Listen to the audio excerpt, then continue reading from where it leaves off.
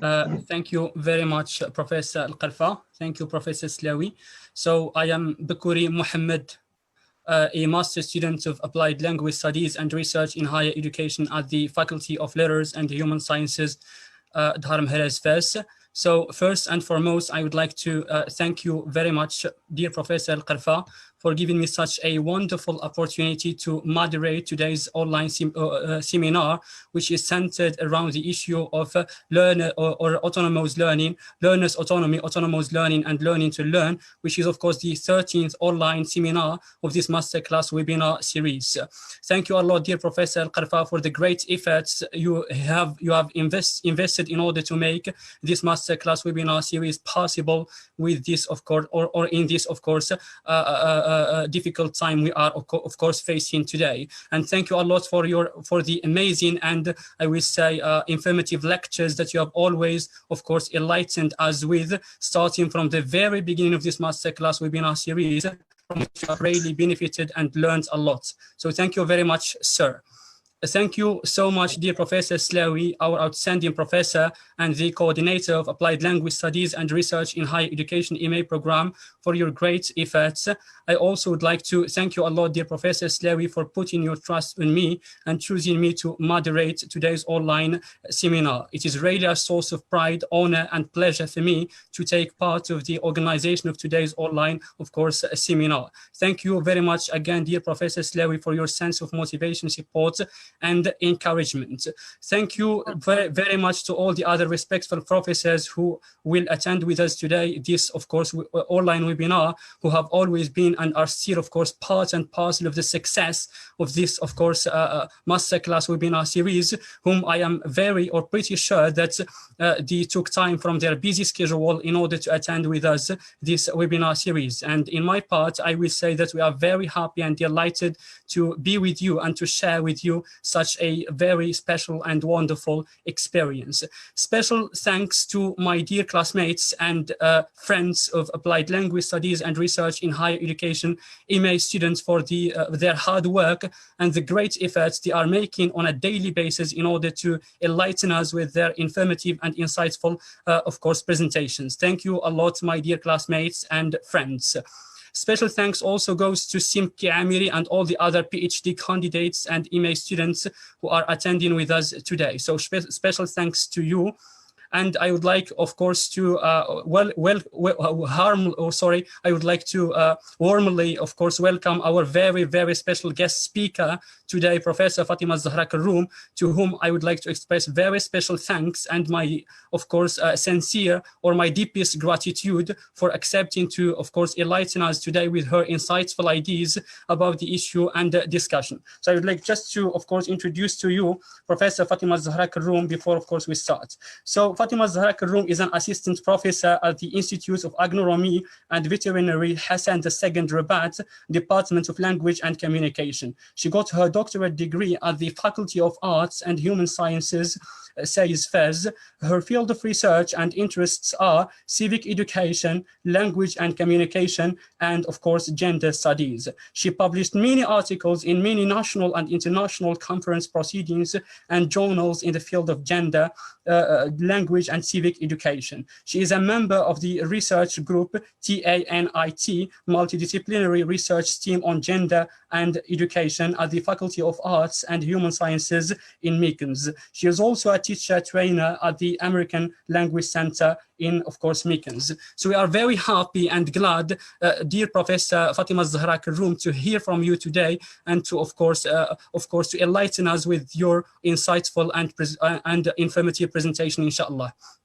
So, respectful professors, dear PhD and MA students, we take great pleasure to welcome all of you to the 13th online seminar of this masterclass webinar series organized by our outstanding professor, Abderrahim Al-Karfa, on one of the most interesting issues in applied linguistics, learners' autonomy, autonomous learning, and learning to learn.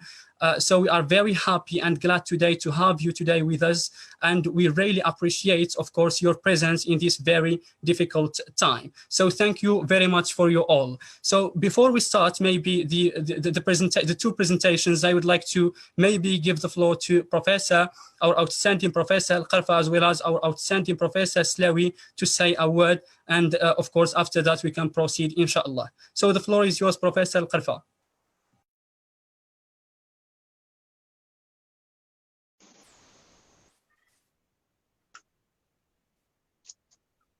Okay, good. Thank you very much for this introduction.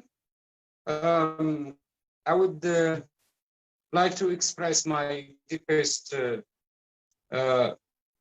thanks to Professor Fatim Zahra Karoum, my colleague and my former, once upon a time, my former supervisee.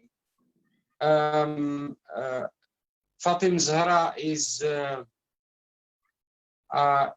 first an example of autonomous, independent students.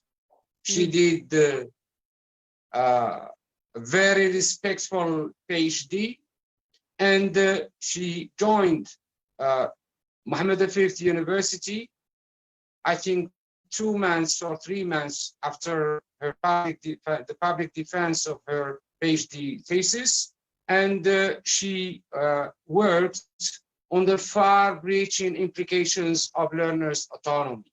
She worked on civic education and how both formal and non-formal education can help develop autonomous learners, lifelong learners, who can develop civic skills, citizenship skills that can or that enable them to be effective, responsible, and well-informed citizens.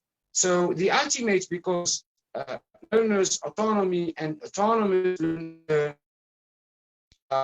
learn are not essentially languages. They are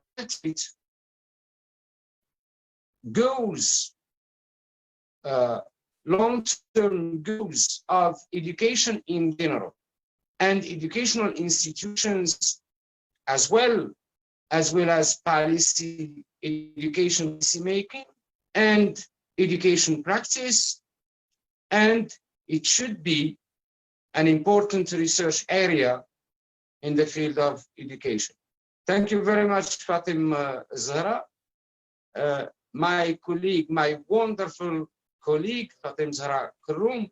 Thank you, Professor. And I'm sure you will enlighten us, because I know what all your thesis is about. It's very interesting.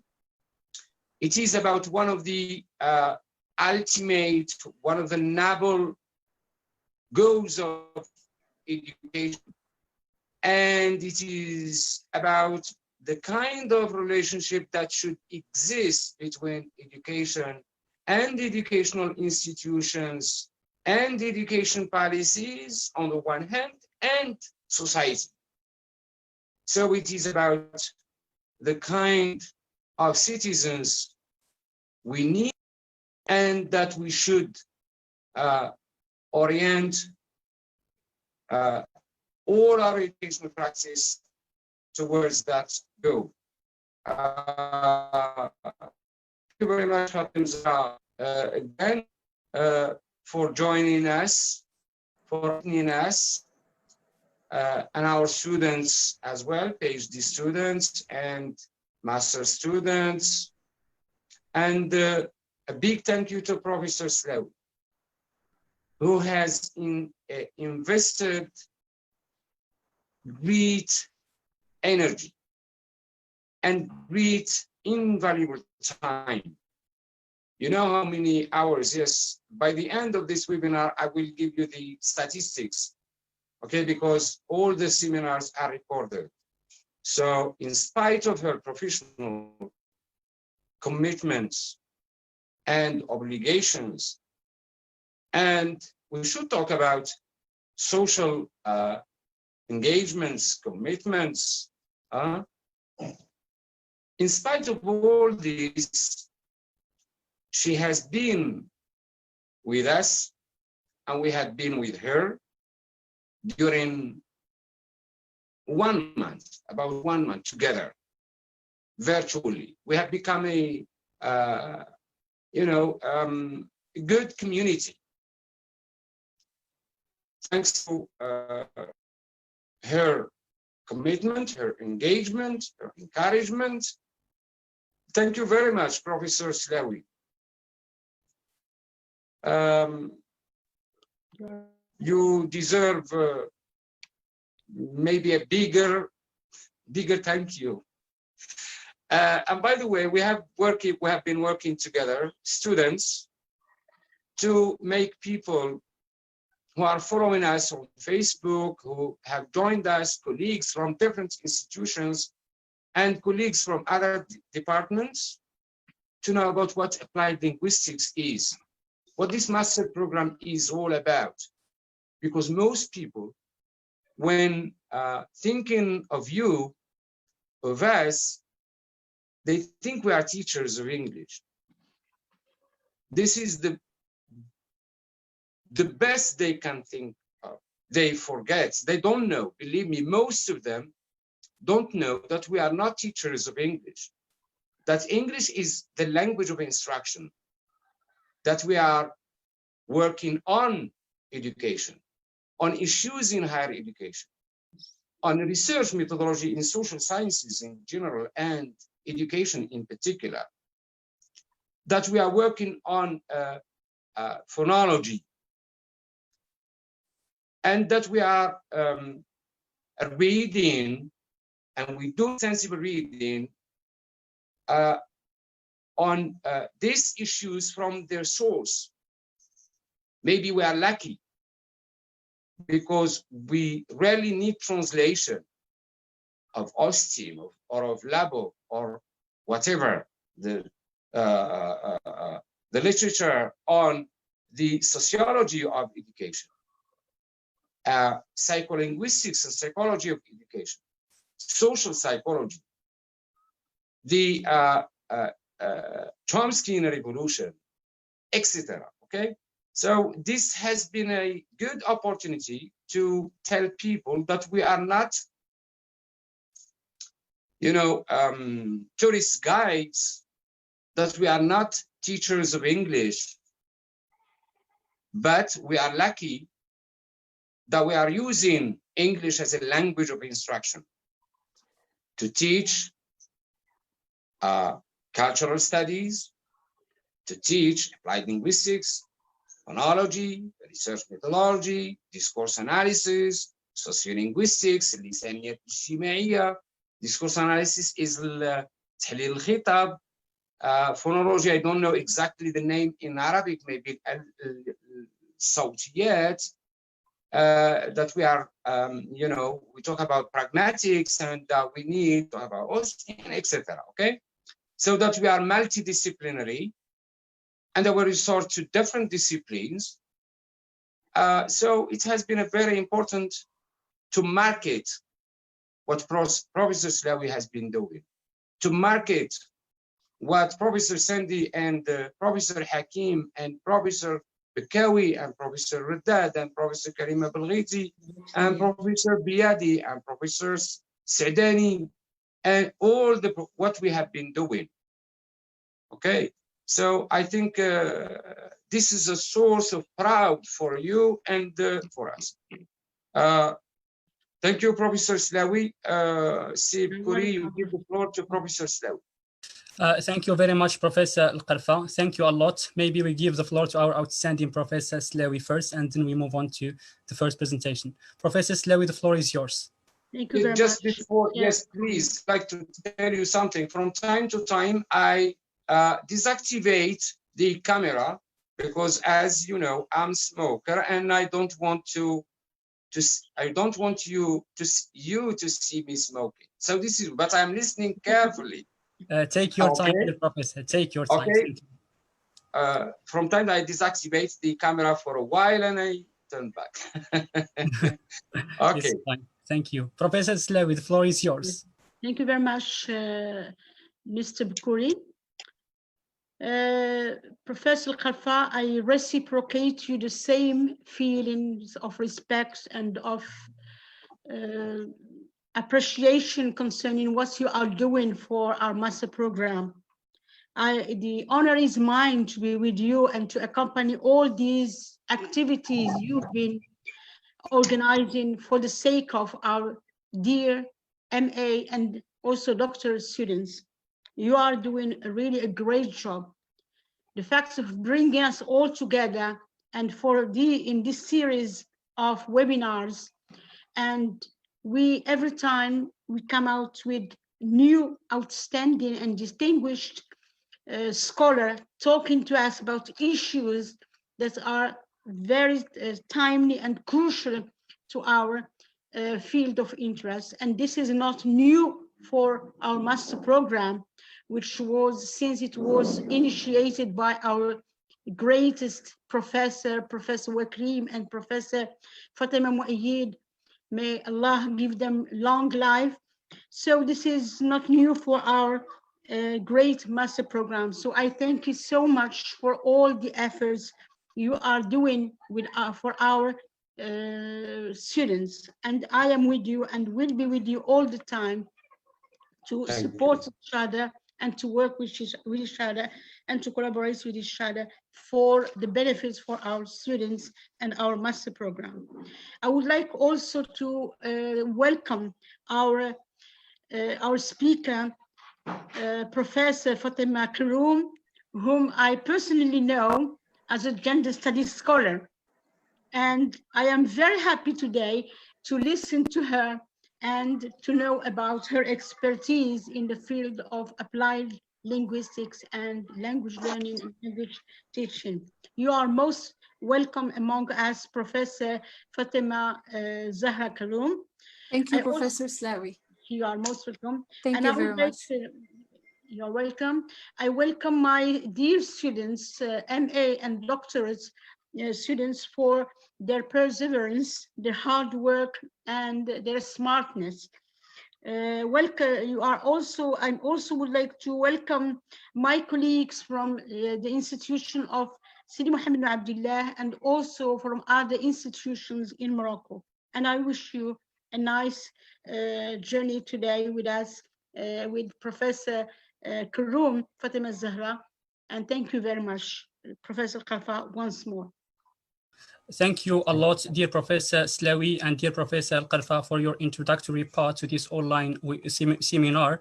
So I think that we can proceed if you find that it is suitable. So what do you think, Professor KARFA? Shall we start with the students' presentation first, or maybe we give the floor to our very special guest today, Professor Fatima Zahra Karoum? What do you think? We listen to students first. Okay. Yes, I talked to Fatima Zahra before the start of the seminar. I let her know that we would start with students to listen to them carefully and maybe to interact with them. Then we listen to Professor Fatima Zahra. Then I may talk for 5 minutes, just some concluding remarks. Yeah. Inshallah, shukran. Thank you very much, Professor Al-Karfa. So I think that I would like to introduce to you the two students who are going to present today. So today's presentation on, of course, learners' autonomy, autonomous learning, and learning to learn is led by the two hard-working students of Applied Language Studies and Research in Higher Education EMA program, Shayma Fertat and Hind Maalfi. Are you ready, Shayma and Hind? Okay. Yes, we are ready. Thank you very much. So the floor is yours to enlighten us today with your insightful presentation, inshallah. You have the floor. You can start. Yes. Thank you so much, Mr. Bukuri, for this amazing introduction. First of all, would you please allow me to share my screen? Yes, of course.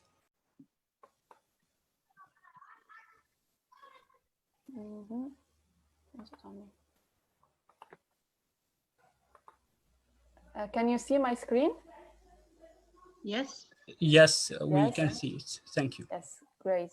So first of all, I would like to thank my distinguished professor, Professor KARFA, for bringing us together, from giving us such opportunity to benefit from each other. And I would like also to thank Professor Slawi for being with us for the whole webinar series.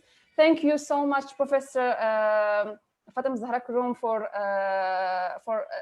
attending with us. I have heard a lot about you, and I'm sure, I trust that I will learn a lot from you. So today's presentation is basically about learners' autonomy, autonomous learners, learning, and learning to learn. And it is going to be presented by my classmate Shayma Fertat and I, Hind Malfi. So to make this presentation more constructive, I would like to start with an outline to make it also easy to follow. So first of all, I would start by definitions and misconceptions of the learner's autonomy.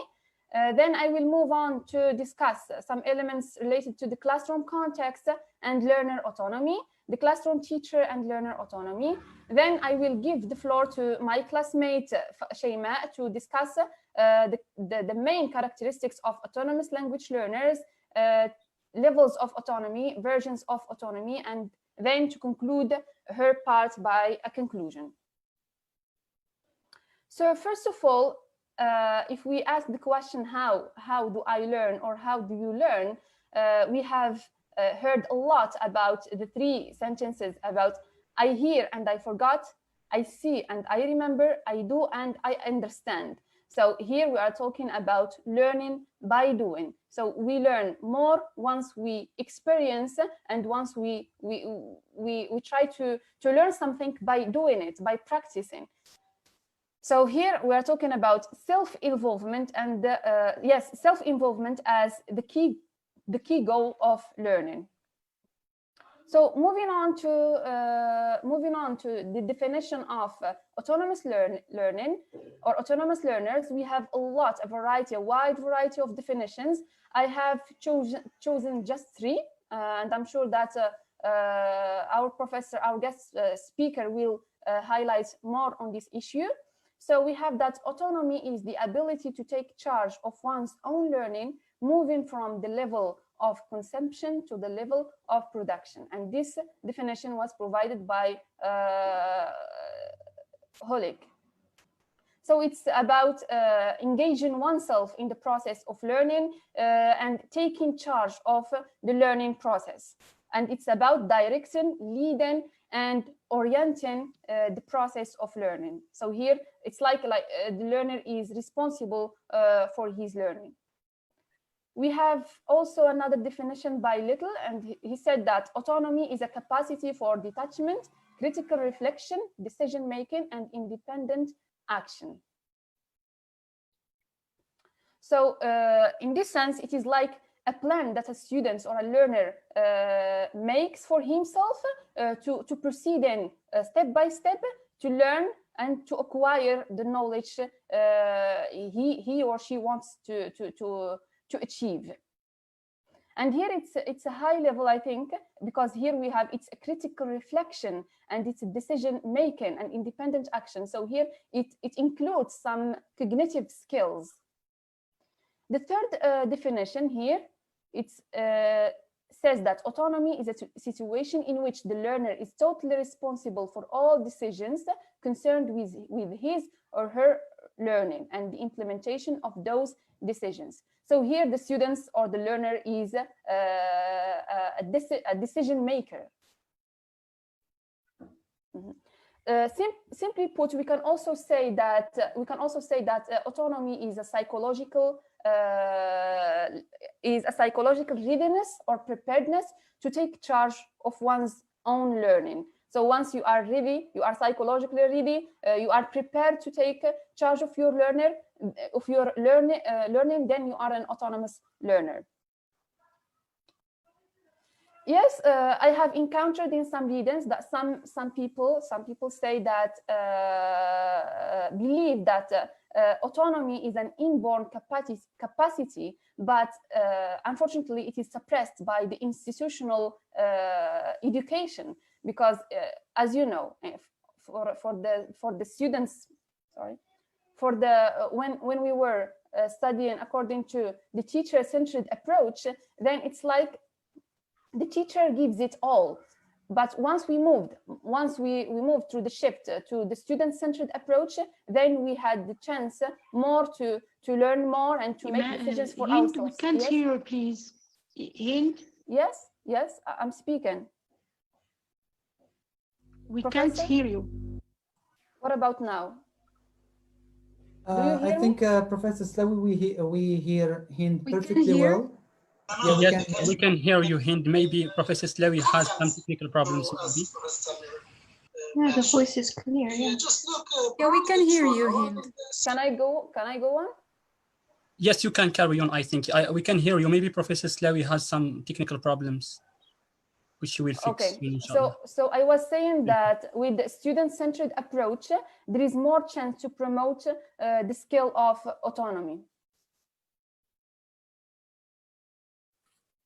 Yes, so here we have that autonomy results in self-fulfillment, and here the importance and the relevance of students being autonomous arises, because the more autonomous the student is, the more self-fulfilled he is, and the more motivated he is. So here we have a really tight relationship between the three concepts: autonomy, self-fulfillment, and motivation. And we know that the more the student is motivated, the more he attains, the more he learns more, and he attains self-fulfillment, which also plays a key role in maintaining this intrinsic motivation that would push him to learn more.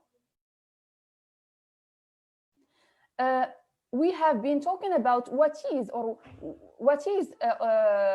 learner's autonomy, but what it is not. Now we're going to talk about misconceptions. So autonomy is not working without supervisions, and autonomy is not just outside the classroom. So although we need students who are autonomous, who are independent, who make decisions for themselves, who choose the techniques and the strategies that fit them the most, they still need the supervision of their teachers. They still need the feedbacks and the remarks of their teachers.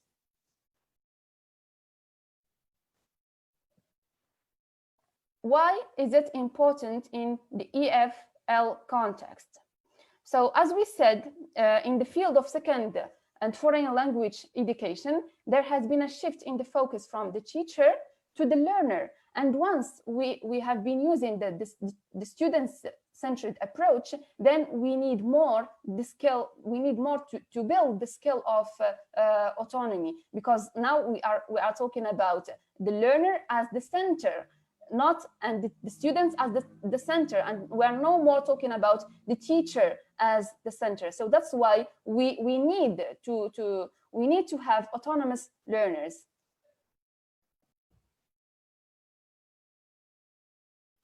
Moving to the classroom context and learner autonomy. So now we are talking about the classroom as a setting in which autonomy is either promoted or suppressed. So here we have Benson notes that the positive results have been gained where the learner has been encouraged to take a certain amount of control over the planning and assessment of classroom learning. So here research showed that once students are given the opportunity to take decisions for themselves and to control their learning process and to plan, to self-assess the classroom learning, then they are achieving better results. And hence, since we found that students are achieving better results when they are given the opportunity to monitor their learning, then we reached the conclusion that learners are able to exercise control over these aspects of their learning, provided that they are given the opportunity to do so with the necessary support. And promoting autonomy is necessary to achieve the key aims of learning.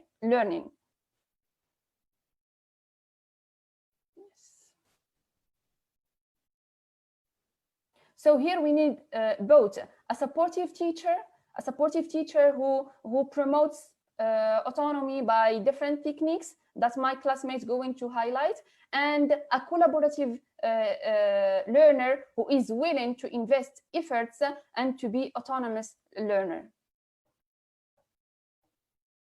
The evolution of autonomy in the classroom. So here we know that the learner has been socialized into the teacher giving him everything within the teacher-centered approach. But once we're moving to the student-centered approach, we have to make progress, and I mean to move from a step to another step, so as to realize a fuller autonomy. So here we have this figure by Breen and Mann. He said that the learner has to go through steps so as to achieve a fuller realization of autonomy. So the phase one is being dependent on the teacher, where the students is totally dependent on the teacher, receiving everything and not really producing, but just consuming. So this is phase one. And when we move to phase two, concerning the learner, of course, we have the learner being, for example, independent or individualistic. So here, the students or the learner moves from the first step of being dependent on the teacher to the second step, which is being independent. But this is not enough to attain the fuller realization of autonomy. You have to move to the third phase, according to Breen and Mann, which is being interdependent, which means that you are still under the supervision of your professor. You still take his feedbacks into consideration, and here you take and you give. You don't just take and you don't just give. Here it is an interdependent relationship. So this concerns the learner. Concerning the classroom group, when you are working in a group, we have to move from the phase one, which is autocratic, where the teacher is still there as the boss, as we say between brackets, or as the leader of the group. So when we have students working together, but we have at the same time the prof not monitoring, but controlling them. So this is the first phase. The second phase is moving to being anarchic, uncertain, or fragmented. So here it's like there is a kind of uncertainty concerning the learning process. And then when you move to the last phase, which is collaborative learning community, then you attain the goal of being autonomous.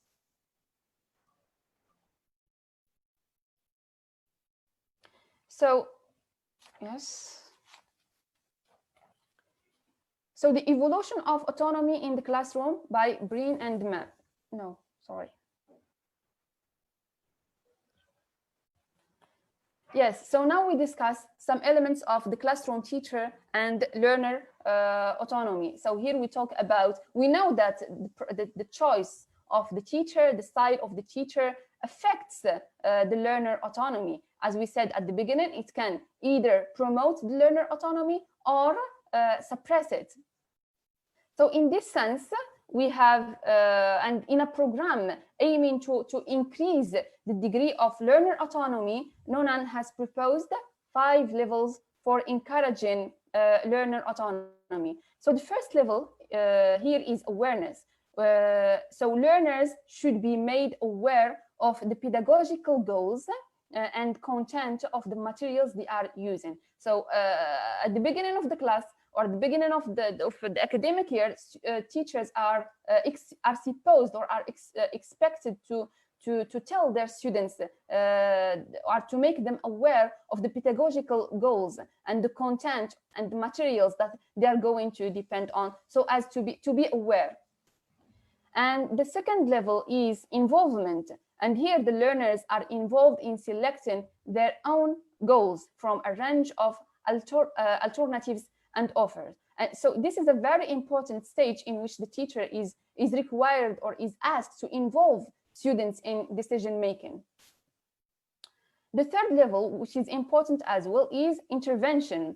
And here learners are involved in modifying and in adapting the goals and content of the learning programs. And flexibility here is a key concept, because we have something which is adaptation.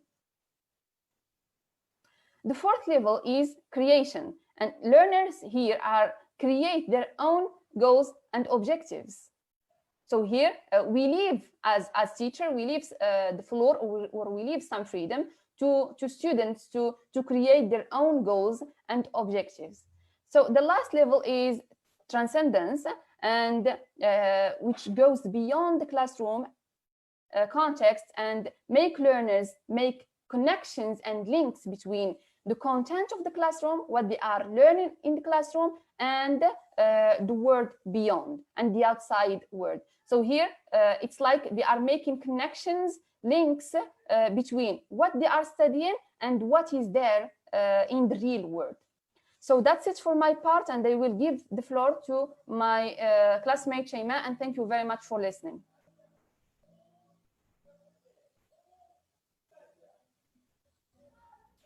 Hi, Thank everyone. you a lot, dear Hind. Thank you very much. Welcome. Hi, everyone. Can you hear me? Yes, we can. Yes, Okay, of course, Shayma, you can. Thank you, Hind, for your part. Please, can you allow me to share my screen? Yes, of course. Take your time. Okay.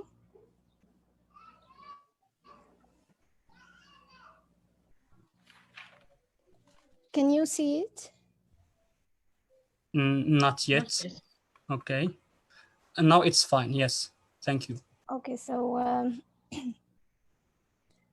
hi, everyone. Once again, I hope you're all doing well and safe. So as far as my part is concerned, I will be talking about the characteristics of autonomous language learners and some versions of autonomy. So in the context of higher education, students are told from the get-go that they have to assume responsibility for their own learning. So they are told that class lectures are not simply enough to cover the entire subject, and that extra readings are required. So let's have a look at some of the characteristics of the autonomous language learners.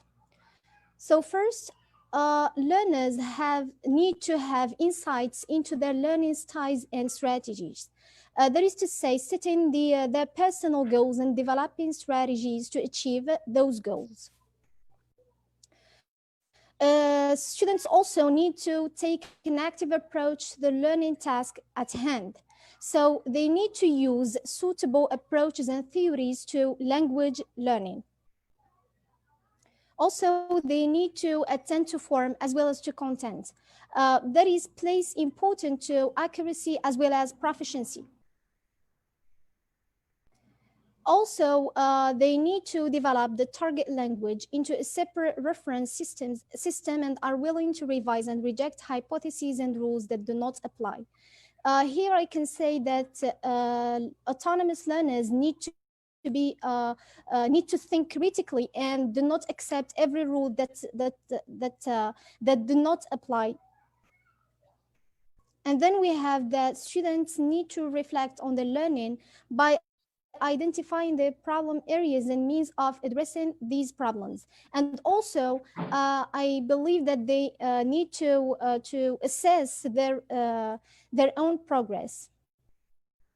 So Yes, here a concrete example of learner autonomy would be the productive use of ICT. Here, I mean that there are countless ways to use the power of the internet or the gadget we have at hand. And while some are beneficial, others are not so much.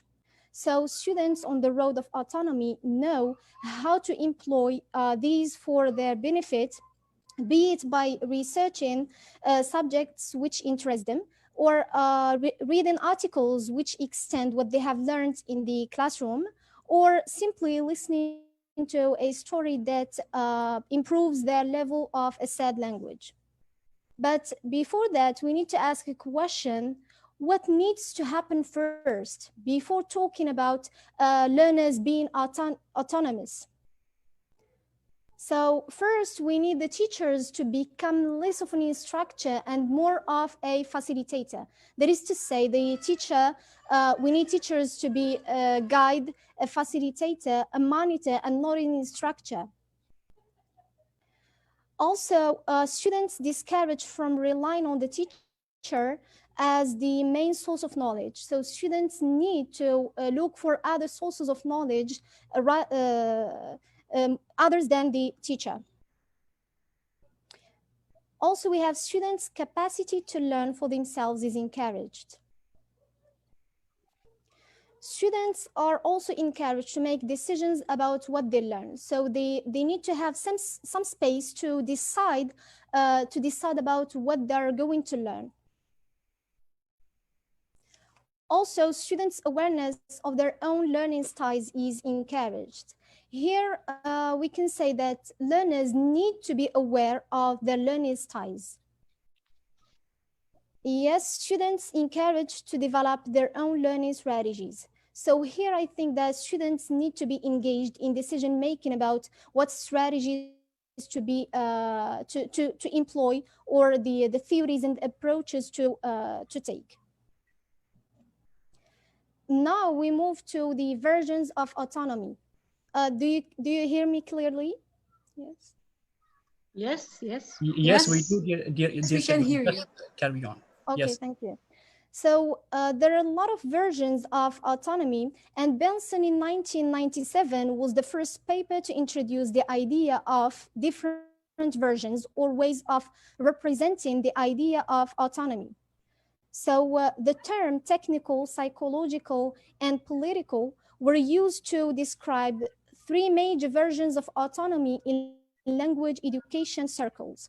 So the technical version here means the act of learning a language outside the framework of an educational institution and without the intervention of a teacher.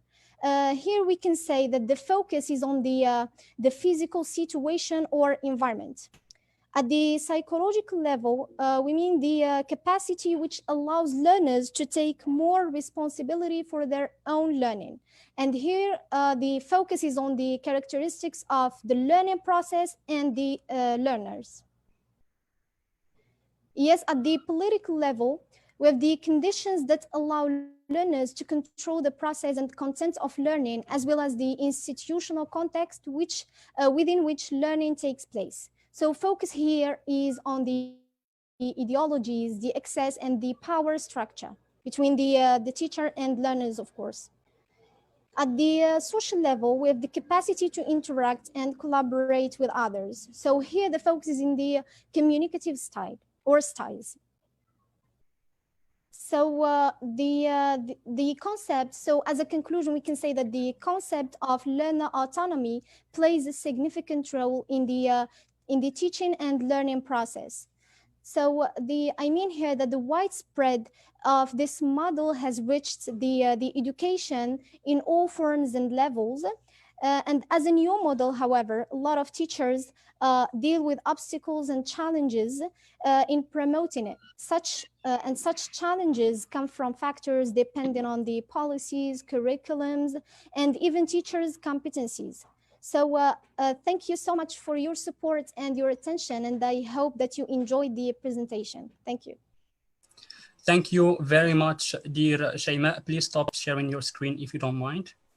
Yes, sure. Thank you for your understanding. So thank you very much, my dear classmates and friends, Shayma Fertat and Hind Maalfi, for your very, I would say, very successful, excellent, informative, and of course, insightful presentation you've just delivered. So we have really traveled with you today in this 13th, of course, issue in applied linguistics entitled Autonomous or learners autonomy, autonomous learning and learning to learn. We've really traveled with you today. I really congratulate you for the great and the great job you have done. So maybe before we open the door for, yes, you are welcome. Maybe before we open the door for the discussion, I would like to maybe give the floor to Professor Slawi to congratulate you, and then Professor KARFA maybe to say a word concerning your presentation. The floor is yours, Professor Slawi. Okay, so I congratulate the two presenters on their very insightful presentation, and I open the floor for the students for the discussion.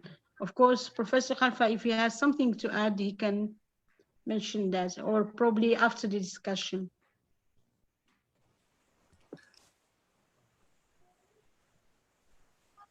Okay, thank you very much, dear Professor Slawi. Professor KARFA, can you please activate your mic? We can't hear you, if you don't mind. Yes, yeah, right. Thank you. Okay, so we give the floor to our students, master students, some PhD students who are with us to interact with students. Then I will give the some congratulations words and some remarks. Thank you very much, our outstanding Professor KARFA, for your intervention. So I do prefer, if you don't mind, to take, of course, your names, the names of professors and students who are going to interact, in order to avoid any kind of confusion and in order to, of course, proceed in the process of discussion successfully. So for anyone who wants to interact, maybe to ask a question or to add something, you are very much welcome to interact with our, of course, outstanding two master students today. Any comments, any question maybe, before we move on to the second presentation, inshallah? Yes, please. Okay, who is speaking? Yes, my name is Sirbuti Mohammed, yes. Yes, let me just take your name, see Mohammed, and then you can interact, please. Okay. Excuse me. Thank you very much for your understanding. Thank you so much. Thank you very much for your modest contribution. Is there anyone who wants to interact, please, or to ask a question maybe, or to add something? Yes, please. Yes, who is speaking, please? Iman Slami. Yes, Iman Slami, our outstanding classmate. Thank you for your contribution. Yes. Maybe, is there anyone else? Yes, me. Yes, Mohammed. our very special guest speaker today. Yes, thank you very much for your contribution. Yes. Is there anyone else who is going to enlighten us today with a comment or maybe a question? Yes, Mohammed, please. Can I have a question, please? Of course, dear Professor Kinza Sadani. Let me just, we are very happy to meet you today again. Thank you, and very happy with you. Thank you very much. Thank you a lot. Let me just write down your name, Professor Sadani, and then you can. Okay. Thank you for your understanding. Thank you. Thank you, Mohammed. Yes. Is there any other student or maybe professor who wants to interact? Yes. Yes, Professor Al-Qarfa. I would like to thank Professor Sadani and Professor Bousfiha, who is Adiba Bousfiha from the Faculty of Science. She is with us. You are welcome, Professor Adiba, and of course, Professor Sadani. Thank you very much, Professor Abderrahim. Thank you very much. The pleasure is for us. Thank you very much, Professor Abderrahim KARFA. It is really, I am very happy and delighted today with the presence of Professor Adiba Bousfiha, who has been my, of course, supervisor at the Faculty of Letters and Human Sciences. So very happy and delighted to meet her again today. Very happy. I didn't notice that she is here. Yes, very happy and delighted. I would like to welcome my dearest friend, Professor Bousfiha, for being with us. I did not I didn't notice that she is here. Very happy, in fact. So is there any comment or maybe question to, yes, to our, of course, today's presenters? Okay, we just proceed, and then if anyone wants to ask a question, he just needs to contact me. So we start first with Si Mohammed Serbouti. The floor is yours, Si Mohammed. Yes, thank you so much. Thank you so much, Si Mohammed. Good evening, everyone. First of all, I would like to once again thank our professor, dear Professor KARFA Abderrahim, for this great initiative.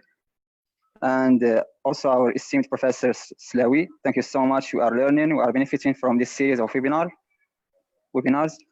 And I would like to thank and congratulate the presenters for their insightful and highly information. I have a question to one of the presenters. When you mentioned this continuum from being dependent to interdependent, in the middle you talked about being an independent learner, and you mentioned an independent learner as someone who is individualistic. I don't know whether this is right, because for me, independent is someone who is proactive, someone who assumes responsibilities, someone who relies on himself or herself. But individualistic has somehow a negative connotation. Could you please clarify this more for me? And thank you so much, and congratulations for your presentation. Thank you a lot, Si Mohammed Serbouti, for your modest contribution. The floor is yours, Shayma and Hind. Hello, thank you very much for your question. Well, what I meant by individualistic, it's actually presented by the linguists. And what I meant by it, it's in terms of efforts made. I mean, when you go and make your efforts individually and independently, so that's what I meant. I didn't mean that you are a close person, not seeking help from others, but I mean that when you are investing efforts, you are doing it yourself. Okay, thank you so much. Thank you a lot, dear classmate Hind. So maybe we move on to the second, of course, speaker, who is our outstanding classmate, Iman Slami. The floor is yours, Iman. Thank you very much, Mohammed. Thank you.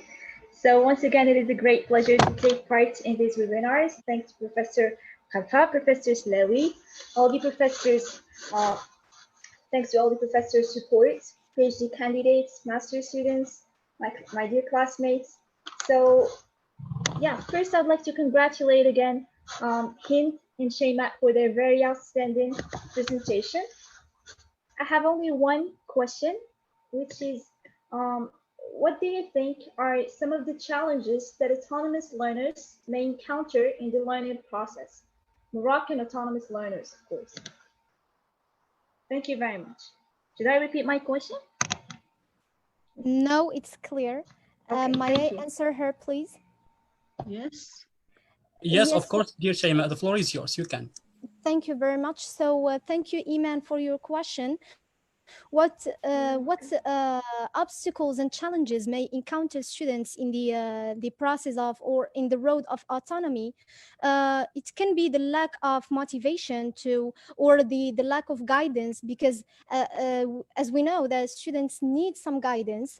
So the lack of appropriate and suitable guidance from the professors or the instructors may result in the confusion, or when, for example, I gave the example of ICT. For example, when dealing with ICT or the internet in general, sometimes when we don't know how to research or how to search for appropriate information in the internet, so we may get lost, and this is a problem for the career of learning autonomously, I think. Thank you very much, Shayma. Thank you a lot, dear Shayma, for your insightful intervention. So now we move on to the third speaker, Professor, our very, of course, respectful speaker today, Professor Fatima Zahra Karoum. The floor is yours. Thank you, Mohammed. Just want to comment on... Sorry, please, Mr. Mohammed. There is Professor Sadani who wants to ask a question, if you don't mind. Yes, I have the order here, maybe. Sorry, I'm so sorry. I thought we will move to the presentation. I'm sorry. No, Yeah. sorry, I have the order. She wants to make... I'm just going to comment. Inshallah, yes, I have I'm you are sorry. welcome, dear Professor. You are welcome. Yeah. Okay, Just wanna comment on the presentation of the students. It was really very insightful and informative, and just wanna say something that theory is good, but practice is better. So it's very good to for students to put their questions and theories into practice. Try to research on the playground, you know, and also autonomous learning. It's not only about theory, how to learn and all of this, but also how to be practical and perform in the real life context. That's very important. And to perform very well in the real life context, we need a lot of abilities and skills and competencies to be equipped inside classroom and also outside classroom. That's very essential for me if we want our students to be autonomous in their learning career. Thank you very much. Thank you, dear Professor. Thank you a lot, dear Professor Fatima Zahra Kurroum, for your modest contribution. Thank you a lot. So we move on to our outstanding and respectful Professor Saadani, Professor of Media Studies at the MA Program of Applied Language Studies and Research in Higher Education. Professor Saadani, the floor is yours. Thank you very much. Thank you very much. So first of all, I would like to thank Hind and Shayma for their insightful oral presentations. Really very informative and interesting at the same time. So I would say that students' autonomy starts from the opportunities that are provided by teachers. And I think that the case today is Mohammed is acting as a good moderator. So this is in itself is a way of making our learners autonomous learners. Right. So actually, we said that learners' autonomy requires a transition from, of course, teacher control to learner control. And this is, of course, a prerequisite for success in learning. I have just a short question. Can we say that, or can we define learner's autonomy as a personal trait that a learner possesses, or is it something, or is it a process that should be monitored? And thank you very much, Mohammed. Thank you very much, Professor Saadani, for your intervention. The floor is yours, Shayma and Hind. You can, of course, interact with our professor.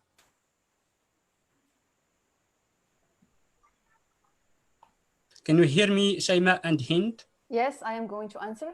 Okay, thank you. Thank you, Professor, for your question. Yeah. Actually, as I mentioned at the beginning, I said that some people say that autonomy is an inborn capacity, but it is suppressed by the institutional education. So I think it's like any other trait that is born with us, but still it needs guidance, it needs improvement, it needs to progress.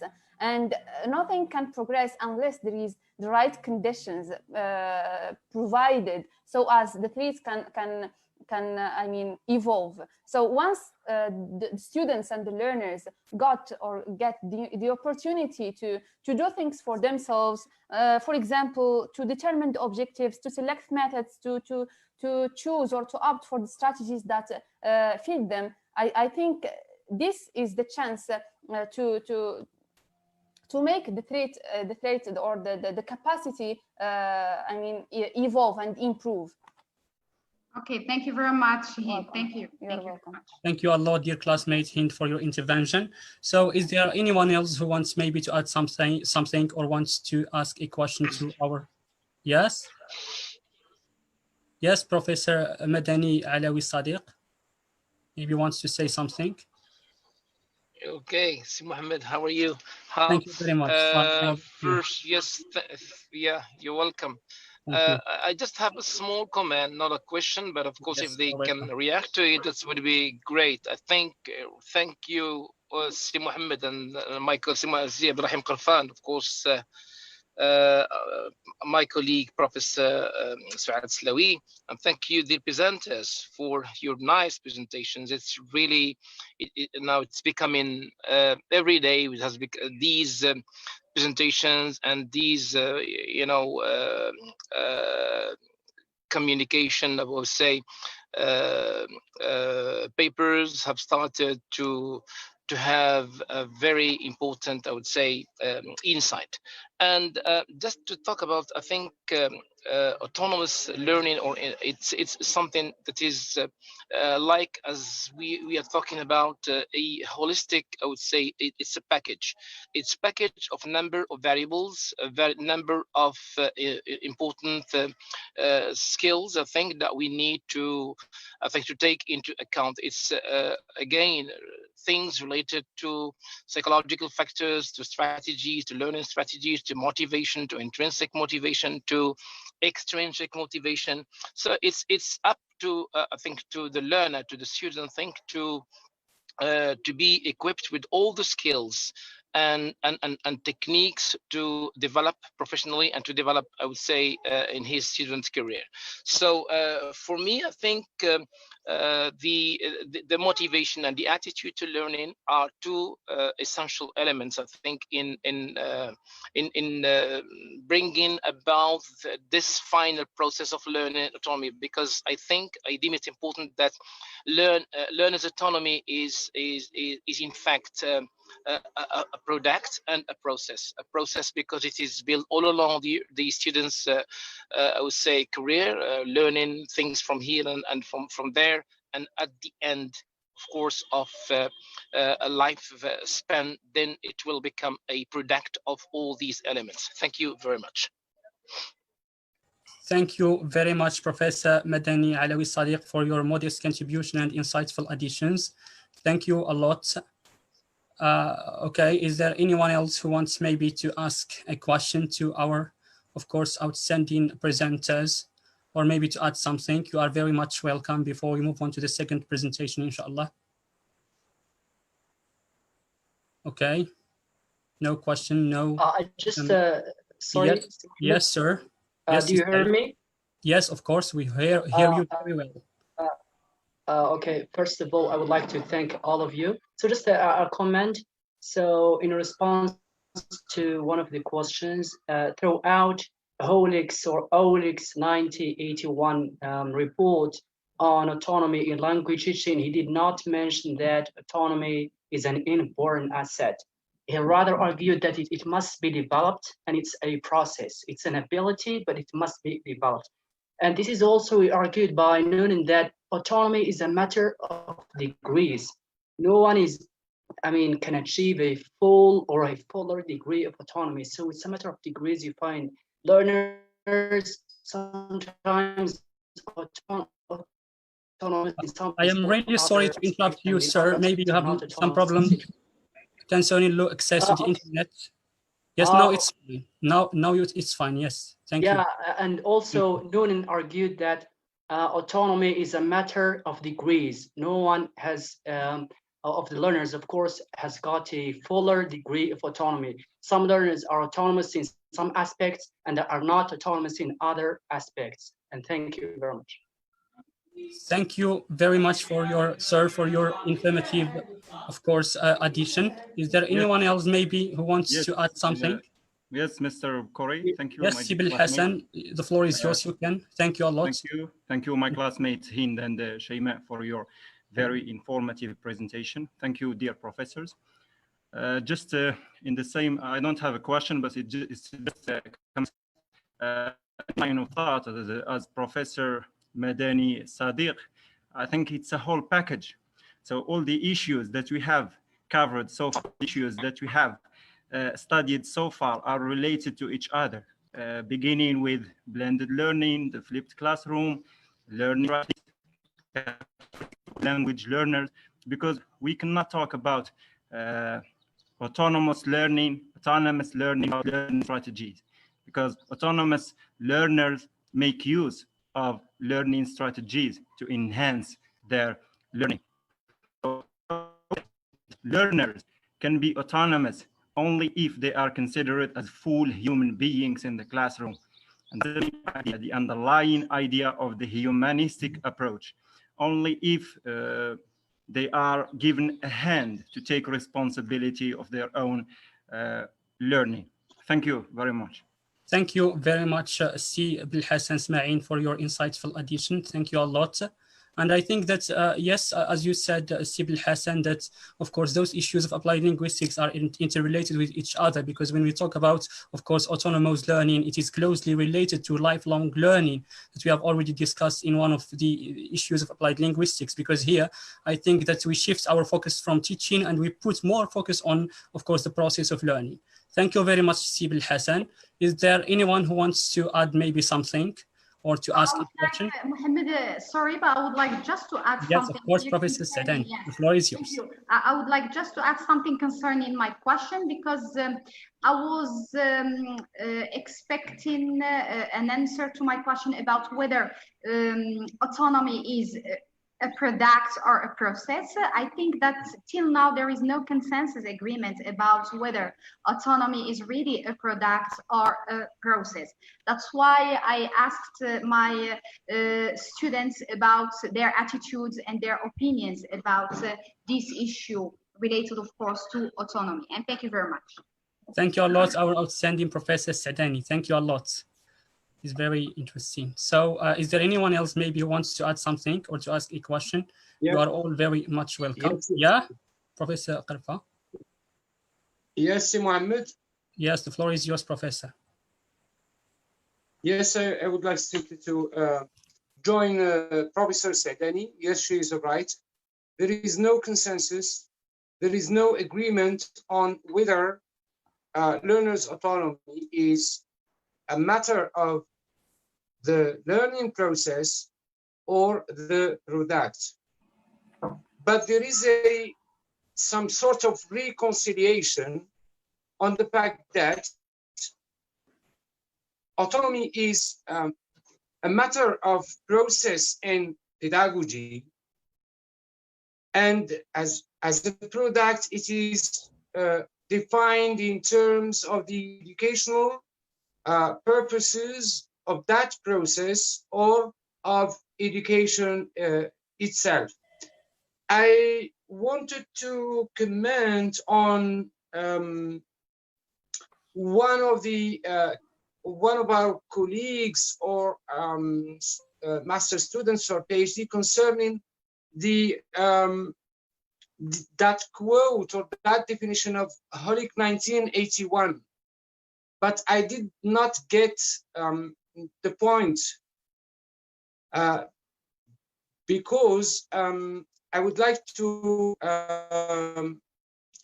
say that Holic was the first to introduce the concept of learners' autonomy in relation to foreign language teaching and learning in 1979.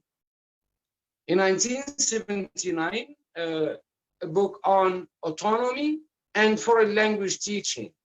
Okay, maybe I will listen carefully to my students, and then I will try to, I would like to exchange and to interact, but I didn't get the idea exactly. Anyway, I will talk about the origins and the source of inspiration of autonomy later on.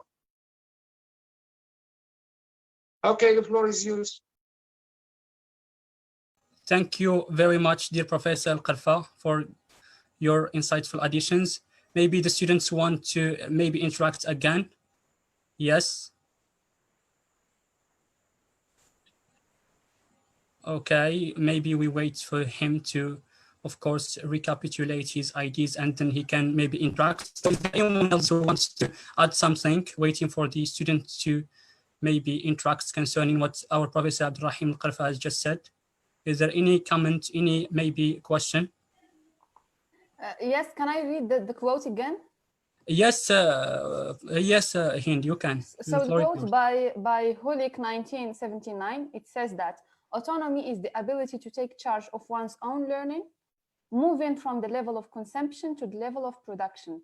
So that's the quote. And my interpretation, well, many interpretations may arise, but what I understood from it is that an autonomous learner is somebody who is responsible for his own learning, who takes charge of his learning, and who moves from the level of consumptions, meaning from the level of just taking and receiving information, receiving knowledge from the teacher, to producing. Mm-hmm. And what was the comment or the question that addressed to you? Yes, one of the questions. Exactly what we are looking for. I really did not get the question. Okay. Okay, so can you please just recapitulate the question? I don't know. I didn't get the point exactly. Yes, okay. Forget about it. Okay, so you react to other comments and questions. Okay, okay. Thank you, Professor. I'm sorry. Okay, no problem. Thank you, Professor Al-Karfa. Thank you a lot. So is there anyone else who wants to interact? Yes? No comment, no addition, no question maybe? Okay, thank you very much for all your interactions, your questions. It is really highly appreciated to interact with our outstanding classmates' presentation today. Thank you very much. So maybe we move on to the second presentation, which is going to be delivered by our very, very special guest speaker today, Professor Fatima Zahra Karoum. And then, of course, we proceed in the second section of our interaction, inshallah. So Professor Fatima Zahra Karoum, the floor is yours if you are ready. Thank you very much, Mohammed. Can you hear me, everybody? Yes, we hear you very well. Yes. Well, before I start presenting, I just want to say a few words of gratitude toward my professor, dear Abderrahim KARFA. He was always there to support me when I was a PhD candidate and now as a professor.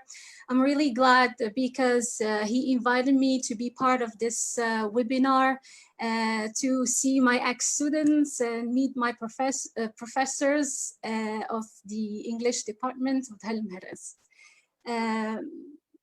Now I will share, please, my PowerPoint. Okay, take your time, dear If I will Professor. succeed in doing this. Just take your time. Thank you. Can you see everybody? Yes, we can see it, Professor Fatima Zahra, yes.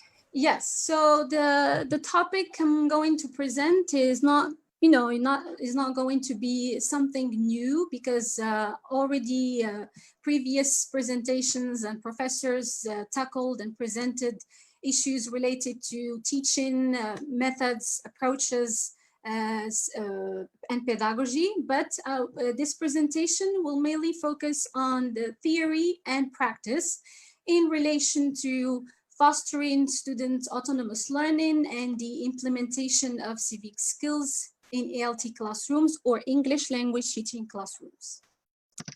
For the outline, I'm going to start talking about the historical background and some approaches related to autonomous learning, learner autonomy, and ALT classrooms.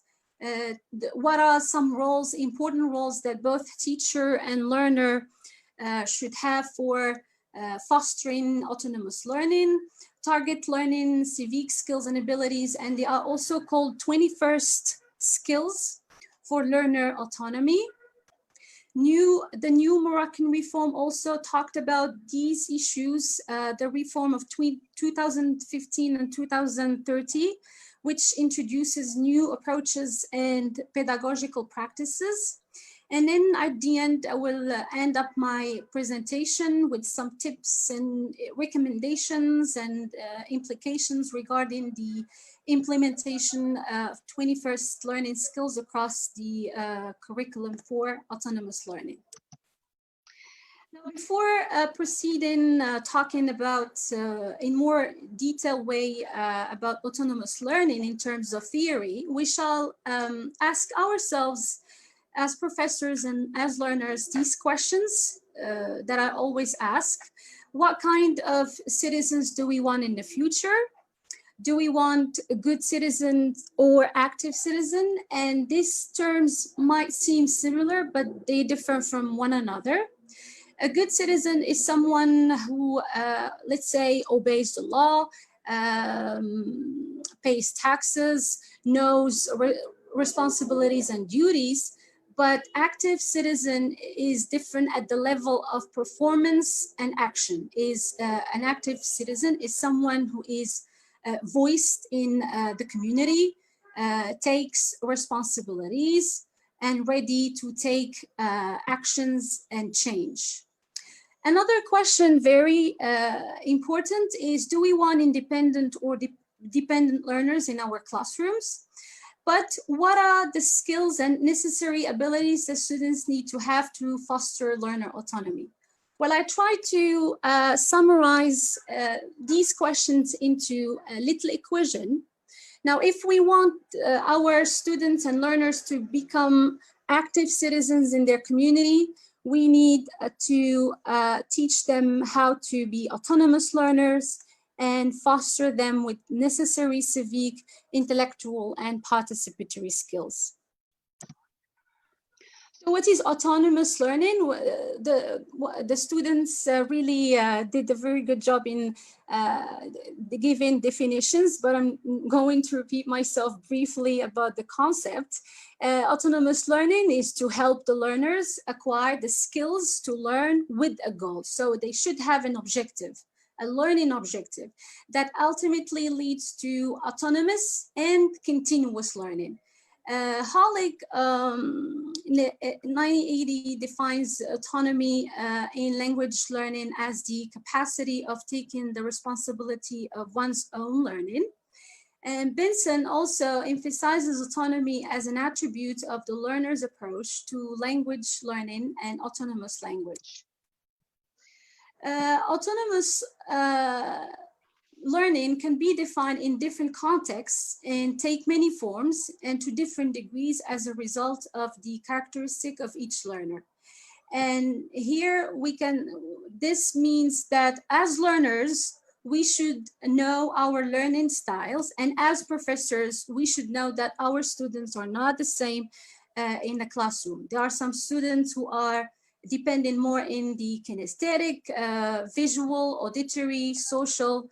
So we need to take into consideration these differences in context and characteristics of each learner. Well, is autonomy an inborn capacity? We still have this debate of whether it is inborn capacity, where according to Hollig, it says that it is not an inborn, but it's a natural tendency. It is a process in pedagogy. Students do not automatically have the ability to be autonomous in their learning by themselves. Instead, autonomy is a capacity that needs to be activated and developed. And for that, we need to give appropriate conditions and preparation to it. It's very important to know what are the reasons that push this, emergence of autonomous learning in history. And Grimo and Relay in 1995 identified a variety of most important factors behind the emergence of learner autonomy, which briefly started with the Council of Europe's Modern Language projects, which lead to the publication of early pedagogical experiments related to autonomy that were inspired by the humanistic expectations in the late of 1960s. So learner autonomy was mainly associated with a radical restructuring of language pedagogy that involved the reflection of the traditional classroom. And of course, the introduction of new ways of learning and working. It means learning through experience. So one of also the major reasons is the minority right movements, development of adult education, increased demand of school and university, wider access to education in many countries, increasing demand to learn foreign languages, and development in technology. Approaches to autonomous learning, briefly, there are many. For example, let's start with the learner training approach, which is very important to the related to the development of autonomous learning, which involves the which involves the implementation and development of student skills. And such courses usually include strategy instruction and often also include general study skills rather than language learning skills only. For strategy instruction approach, usually it offered in a regular classroom teaching and sometimes offered in specific classes to learn about language learning strategies. Self-access approach, it means the provision of self-access that usually involves making available resources for independent learning. And also this self-access can be integrated also through activities outside the classroom for remedial or practice purposes. Language advising or language counseling is an approach that involves a type of language support whereby teacher and learner meet to discuss the learner's needs and progress, and also to see some language deficiency or learning difficulties as well. Specific tools approach to autonomous learning, for example, it includes portfolios, and sometimes they're called electronic portfolios, and also personal learning environments that aim to facilitate and create the link between formal and the informal learning context. Professor Jack Richard stated very main 5 principles for achieving autonomous learning is that it should involve an active approach and active involvement in student learning. And I shall relay this active keyword in the first beginning of the presentation of active citizenship, providing options and resources, offering choices and decision-making opportunities for students, supporting learners and boost them with encouragement and support that they can do it, they can be autonomous and independent, and encouraging reflection and asking questions. Learner autonomy in relation to ALT classrooms. Well, English, we know that is a communication device that learners should be able to use, but not simply learn about. So it's the language use. Brown suggested the idea to create and learn at the same time, pulling content into actionable and situated context, using or aims at using immediate bridge the gap between knowledge and knowing. For Scott, the traditional approach to learning will never advance learners' critical thinking or autonomous learning skills. So we can't push and encourage our students to be autonomous if their teachers or teachers in general are not autonomous by themselves. So learner autonomy does not mean that the teacher becomes redundant. No, that's not the point. But the teachers simply change roles from source of information to counselors and managers of learning resources.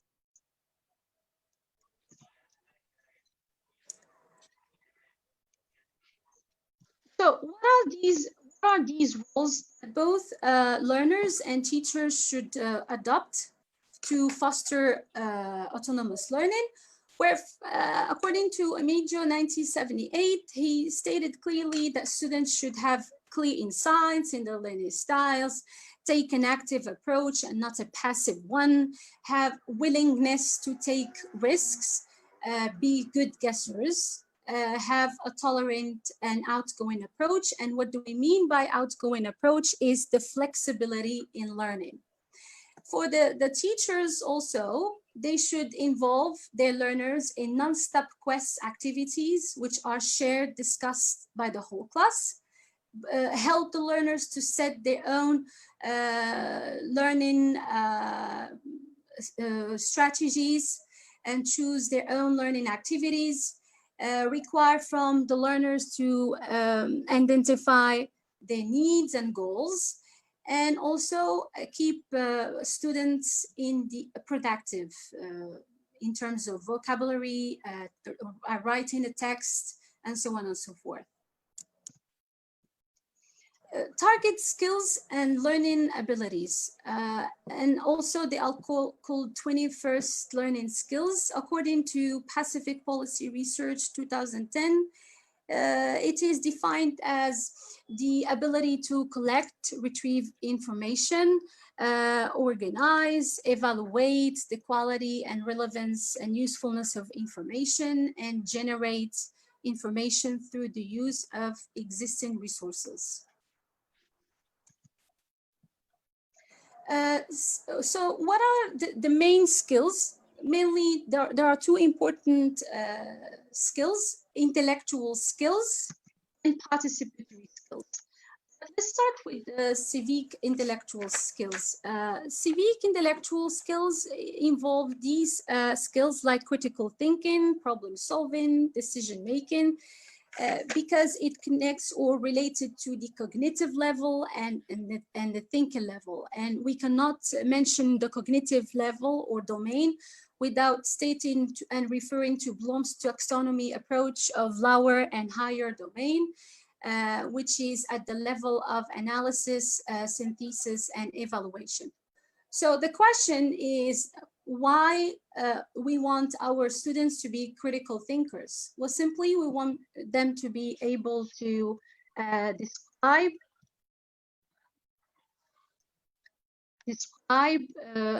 identify, explain, analyze, evaluate, taking, defending positions. And of course, there are some tools and techniques that can be implemented in the classroom. For example, mention Kaylee asking the right question books, encouraging critical questioning techniques in the class, basing these questions on the what's, the why, and the how.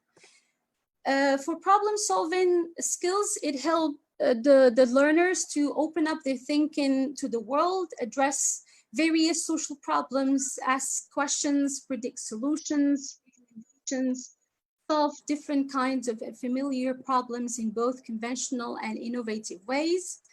And there are some steps and techniques to be implemented, like, for example, ideal technique by Foster in 2007, in which through oriented activities, the students or the learners are able to define the problem, identify the problem, define the context, enumerate the choices, analyze options, list reasons explicitly, and self-correct.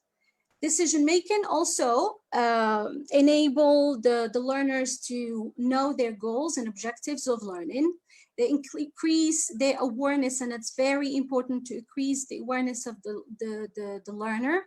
Consider both facts and emotions, and realize and assume responsibilities.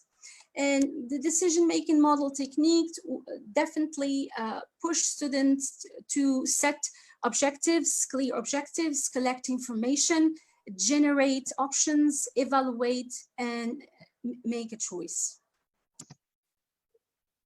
For civic participatory skills, they are implemented at the level of performance and action, like collaborative and cooperative skills that are very important, because we want students, our learners, to connect with others, to know, to deal with others, to speak effectively, ability to listen carefully, to clarify standpoints and monitor. And this can only be achieved and implemented through group work, classroom projects, group discussion, and interaction. For leadership skills, very important also in relation to the participatory abilities, which help the learners to depict interests. And that's very important to raise motivation and enthusiasm in learning. Know other individuals, accept responsibilities and assume them, take actions and take risks. And this also can be encouraged through teamwork, voluntary work, service projects, school and student council. Yes, sorry, can you hear me, everybody? You hear me? Yes, Professor Fatima Zahra, we hear you Okay. very well. Okay. Thank you. Thank you. And I insist on the last technique, school student council, because through this technique, the students or the learners exercise governing positions in which they will be able to make decisions, have consultative roles, be informative also to what their classmates, and that's very important to enhance the leadership vision for the learners.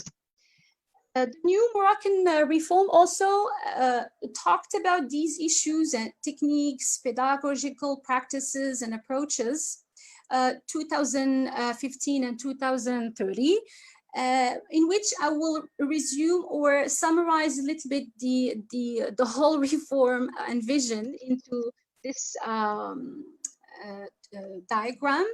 There are 6 main pillars for better school quality and individual community development according to the reform, the Moroccan reform and vision, which are mainly enhancing lifelong learning, engaging the actor in social life and increasing knowledge, promote development and progress, the appropriateness and the importance of education considering learners' needs and preferences, but we should associate these needs with the job market, strengthening the socio-cultural context and also enhancing citizenship values, skills for democracy and equality. The last thing I'm gonna tackle in this presentation is the implementing 21st learning skills across the curriculum for autonomous learning. And the question is how? Well, the answer is not easy. It needs a lot of work and effort, investment, and a professional teamwork involving teachers, decision makers, administrators, and it's a whole stuff.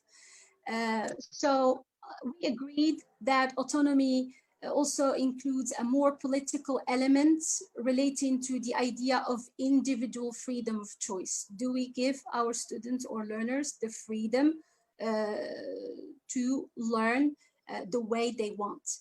Learners are unable to take control or make choices about their learning unless they are free to do so.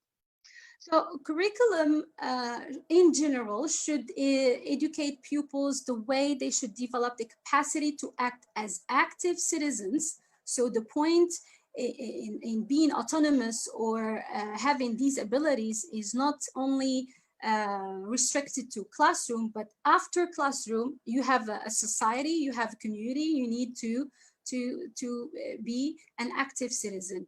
No one model is ideal and no one model may suit a full program. There isn't a best program or a best curriculum, but we try to identify various models like models of curriculum like the cultural model or the technical model or the student-centered approach model to help support cohesion and clarity of approaches in learning.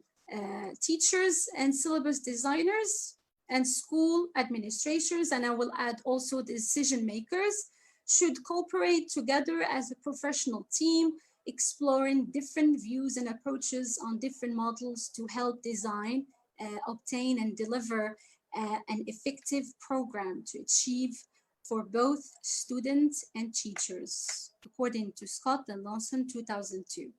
This is, I try to combine, and mix the presentation between the theoretical aspect and the practical aspect. Thank you very much for your attention, and thank you for listening. thank you very much, our outstanding Professor Fatima Zahra Karoum, our very special guest speaker today, for your very insightful and informative presentation. We have really benefited a lot from your insightful ideas about this 13th online, of course, seminar in issues in applied linguistics, which is centered around, of course, learners' autonomy, autonomous learning, and learning to learn. Thank you a lot, respectful Professor Fatima Zahra Karoum, for your outstanding, of course, and exhaustive presentation. Thank you a lot. Thank you very much. Thank you. So maybe if Professor, of course, KARFA allows us to open the discussion in order to save time, maybe. Professor KARFA? Yeah. Unless you want to add something, maybe. I suggest you give the floor to students and some of our colleagues to interact with Fatima Zahra, maybe some remarks or questions before they forget, or they may forget, the most important points that she has covered. Then I will take the floor to talk for 5 or 10 minutes at most. Thank you, dear Professor KARFA. Yes, you are right. So the floor is yours, dear classmates and PhD and a master and other master, of course, students to interact, and also other professors to interact with our, of course, very special guest today, guest speaker today, Fatima Zahra, Professor Fatima Zahra Karoum. So if you have any question maybe or addition or comment, you are very much welcome to, of course, interact with our, of course, professor's outstanding presentation. Is there any comment? So we will proceed the same way we have done in the first, of course, presentation. I will take maybe your names first in order to avoid any kind of confusion, in order to keep the order as it should be. So if anyone wants maybe to say something, maybe. Mohammed, yes, our Professor Sadani. Yes, if you allow me just to write your name, if you allow me, thank you very much, just to avoid any kind of confusion. Of course. Thank you a lot. Thank you, Professor Sadani, for your modest contribution again. Is there any other students maybe or professor who wants to ask a question or maybe to add something concerning, of course, the very informative and insightful presentation delivered by our special guest today? Yes. Yes, Mohammed. Yes, Manal Mahjoubi, our outstanding classmate. Let me just write your name, Manal. All right. Thank you a lot. Okay, is there anyone else who wants to interact? You are very much welcome in this 13th online seminar today, of course, about learners' autonomy. Yes, dear classmates, maybe, or PhD candidates, our professors, maybe. Okay, so just we start first by our Professor Sadani and our classmate Manal Mahjoubi, and then maybe they will, of course, ask some questions. So Professor Sadani, the floor is yours. Thank you, Mohammed. So thank you very much. Thank you very much, our guests, for this insightful and informative presentation. So my question is actually related to what has been said in the previous webinars about online learning and distance learning. So as you may know, dear professor, dear colleague Fatima Zahra Karoum, with the advent of technologies, language learners are faced with the unprecedented opportunities to engage with in their self-directed learning. So my question is, how may a learner who is engaged with technology-mediated environments meet his learning needs and goals, and how this autonomy may evolve in online environments so as to grow up as an active citizen, as has been mentioned in your presentation, with appropriate intellectual skills and learning abilities so as to match the requirements of the job market. And thank you very much. Thank you a lot, dear Professor Sadani, for your modest contribution again, enlightening us with your questions and additions. Thank you very much. Professor Fatima Zahra Karoum, you can interact maybe with our outstanding Professor Sadani, and then we move on to the other question raised by our students and professors. The floor is yours, Professor Fatima. Yes, thank you. Thank you. Can you hear me? Yes, Yeah, of course. Yeah, we can. Yes, thank you, Professor Kenza, for your question. Well, I believe that in these pandemic, that students are learning online, and learning online is very important, and it also enhances the autonomous learning to look for information and be independent from the classroom context. I believe you said, Professor, you were asking about the techniques that they can do. Because, sorry, because yes, you cited different techniques. Can we say that those techniques may also be used in with these technology-mediated environments? Yes, for example, there's a specific tool which is very important, is the portfolio technique is very important, which, you know, the students is able to gather all the things he's in process to learn.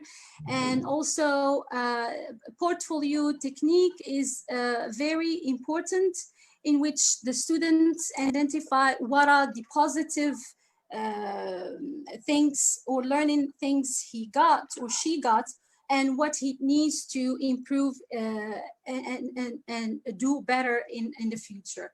So, and this portfolio technique it takes a long-term process, because you can't have a portfolio in one day.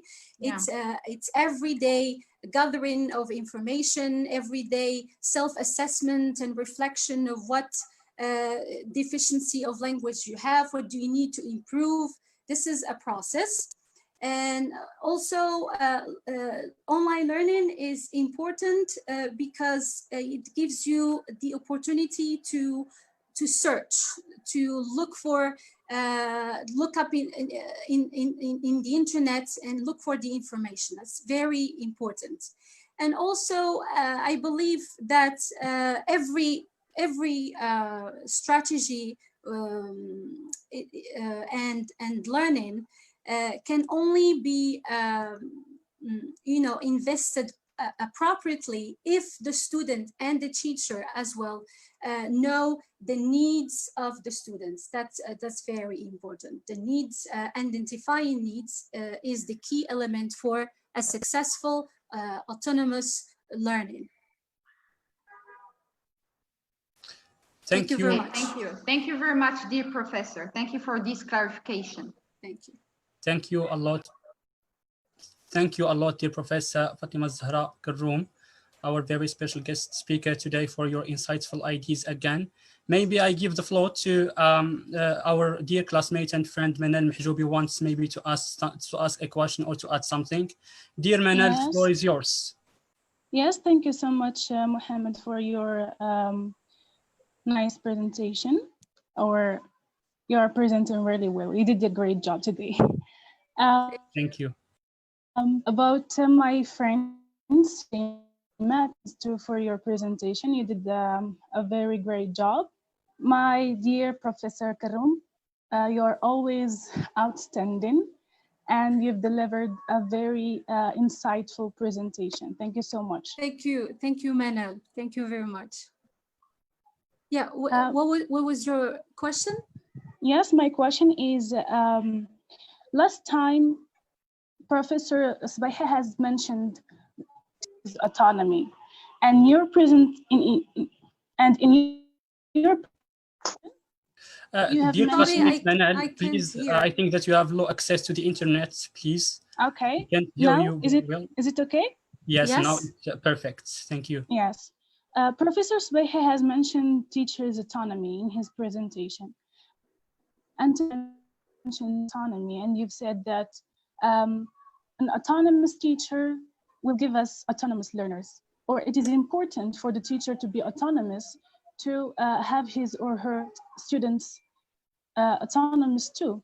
So we have heard about learners' autonomy, and we've known how could a person be autonomous, but we have never heard about teachers' autonomy. How could a teacher be autonomous, and how could he or she show his autonomy to his students to learn from him or her? And thank you so much. Thank you a lot, Yes, dear classmate and friend Manal. Yes, Professor Fatima Zahra. Thank you, Mana.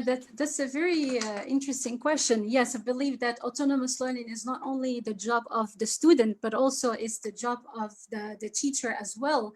And I already cited this in the roles that both the teacher and the learner should adopt for fostering autonomous learning. Was simply, Manal, if the teacher is always talking in class and lecturing about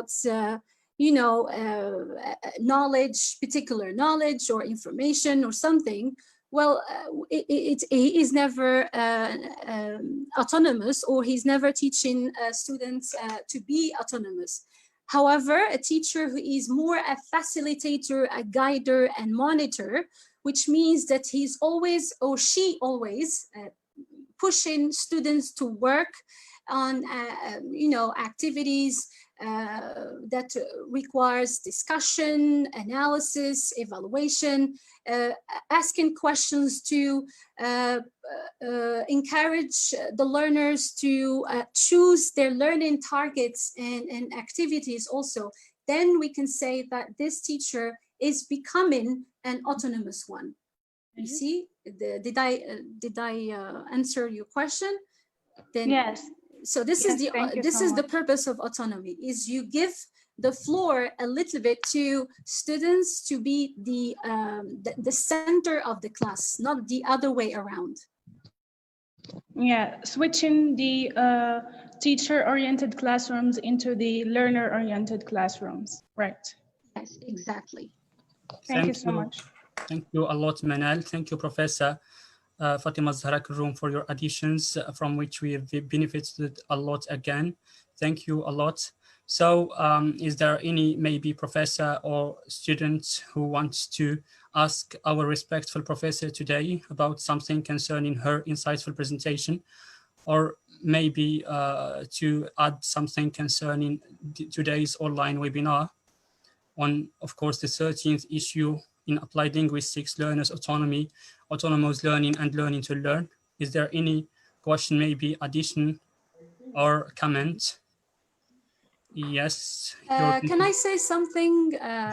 Of course, dear Professor Fatima. I just want to share with professors and students one of the examples I found when I was researching about the topic of my dissertation. As I was supposed to observe classes of ELT, English course in different high schools. But someday I observed one class in which the teacher, he was supposed to explain students concepts like sustainable development, gender equality, global warming. And the first thing he did the first question, what is sustainable development? And no, it was no feedback between the student and the learner, the student and the teacher, I'm sorry. So this was a key question, like how can we push our students to have a good interaction and good discussion in class if we can't help them have the keys, the key abilities and competencies to do so. So for me, that teacher, instead of asking question, what is, I mean, he could easily ask to do a group work discussion about pollution, about how to protect our environment, what are the things we should do to decrease pollution. I mean, these questions, these critical questions might push students to reflect, think, and then come up with discussions and solutions toward the problem, because sustainable development or global warming is a social problem, is a social issue problem. You see, that's the concept of boosting students with abilities and making the classroom rather being a teacher-centered, switching to a learner-centered approach, which is the learning involves at first hand the learner. Thank you a lot, dear Professor Fatima Zahra Karoum, for sharing with us your very interesting study. There are, in fact, studies are, of course, which support or refute any kind of hypotheses. So thank you a lot for sharing with us your very interesting experience and study. Thank you a lot. Maybe, is there any other maybe comment or a question concerning today's issue in applied linguistics? I think that there is no maybe question or comment. Maybe I give the floor to Professor Al-Karfa. Yes, Mohammed, just... yes, Ismail, the floor is yours. Thank you. In addition, because I find Professor Sadani's question very interesting. She talks about online learning, and I find that question very interesting because, in fact, a lot of dimensions, roles, and mechanisms change from the classroom to, from the world of the classroom to the world of the internet. Autonomous online learners cannot be compared to autonomous face-to-face learners.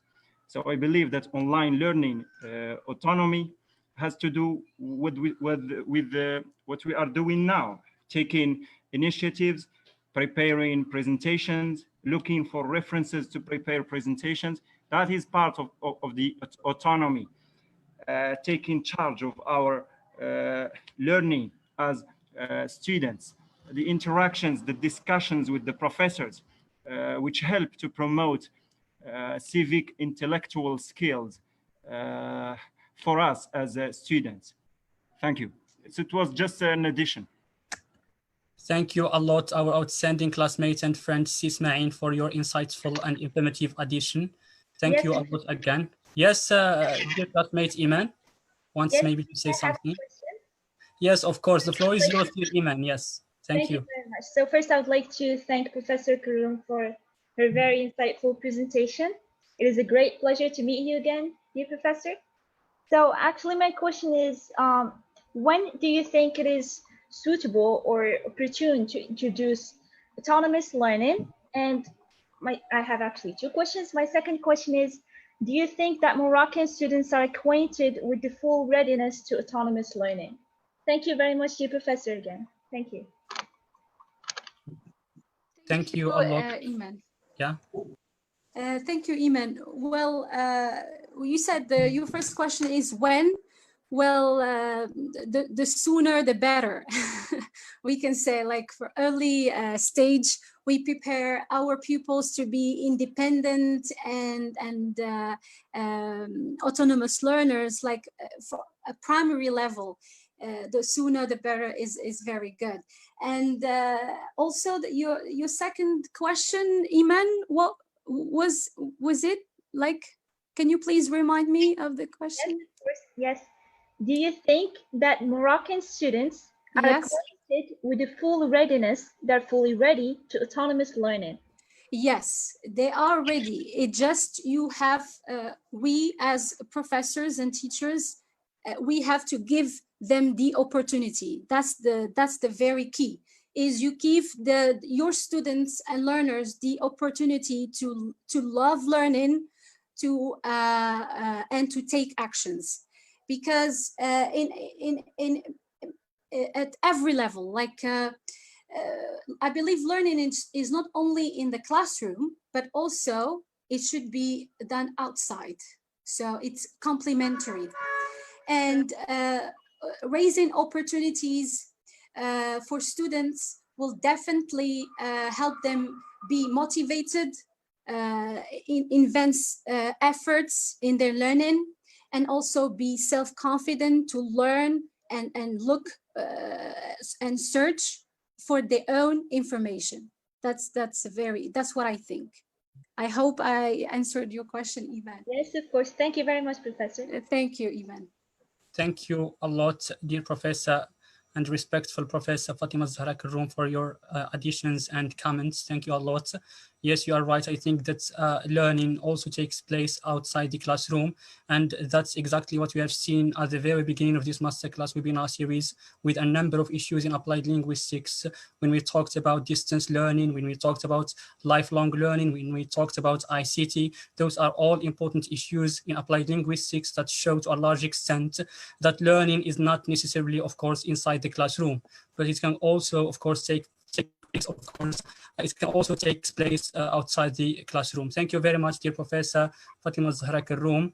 Maybe if there is no addition or question, I give the floor to our outstanding professor. Yes, thank you a lot. Yes, Professor Slawi, the floor cannot is hear anything. Do you hear anything, please? Yes, we hear. Yes, Professor Slawi, we hear you very well. Professor Slawi. Professor Slawi, maybe you need to activate your mic. We can't hear you. Yes. Professor Slawi?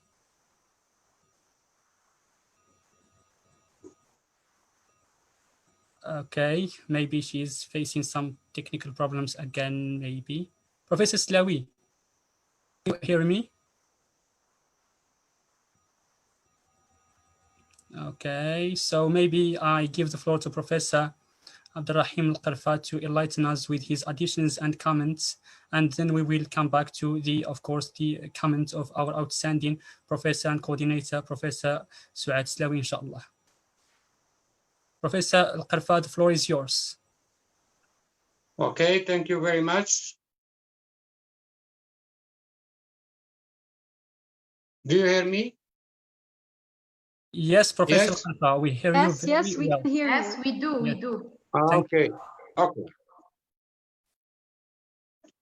Okay, good evening, my colleagues and PhD students, master students. First, I would like to congratulate Hind and Shayma for the enlightening presentation they have prepared and delivered. I'm very happy listening to my two students overviewing the most important definitional issues of autonomy and learners' autonomy and autonomous learning, and some important issues involved in this research area, and that are well documented in the literature on these issues. I would like to thank Professor Fatima Zahra Karoum for her enlightening presentation. She has also covered a number of issues in addition to an overview of the emergence of interest and concern in autonomy and autonomous learning, and for the implications she has presented and the connections she made between the development of learners' autonomy and the life and the development of students as lifelong learners, as active citizens, etc. I would also like to thank my colleagues and my students for their interaction with the presenters. I think it is 9:10. I will do my best to be brief concerning the definition of autonomy and autonomous learning. Definitions are always important because they constitute the background, and they should include, and they usually include, the most important key elements that help us to articulate the most important areas, issues involved in learners' autonomy, and its scope as well. I have selected some definitions from the literature, particularly from an article by Abderrahim 2000, the editor of the Routledge Encyclopedia of Language Teaching and Learning. In this article, Abderrahim introduces a comprehensible and concise overview of the literature. For example, definition provides autonomy by and Holick 1981 and others. The first definition holds that autonomy depends on the development and exercise. Once again, here we have knowledge and action.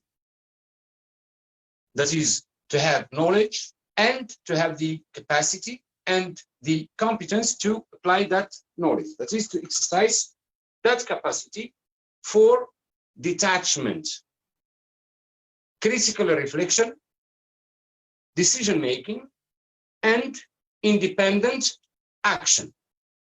Independent action.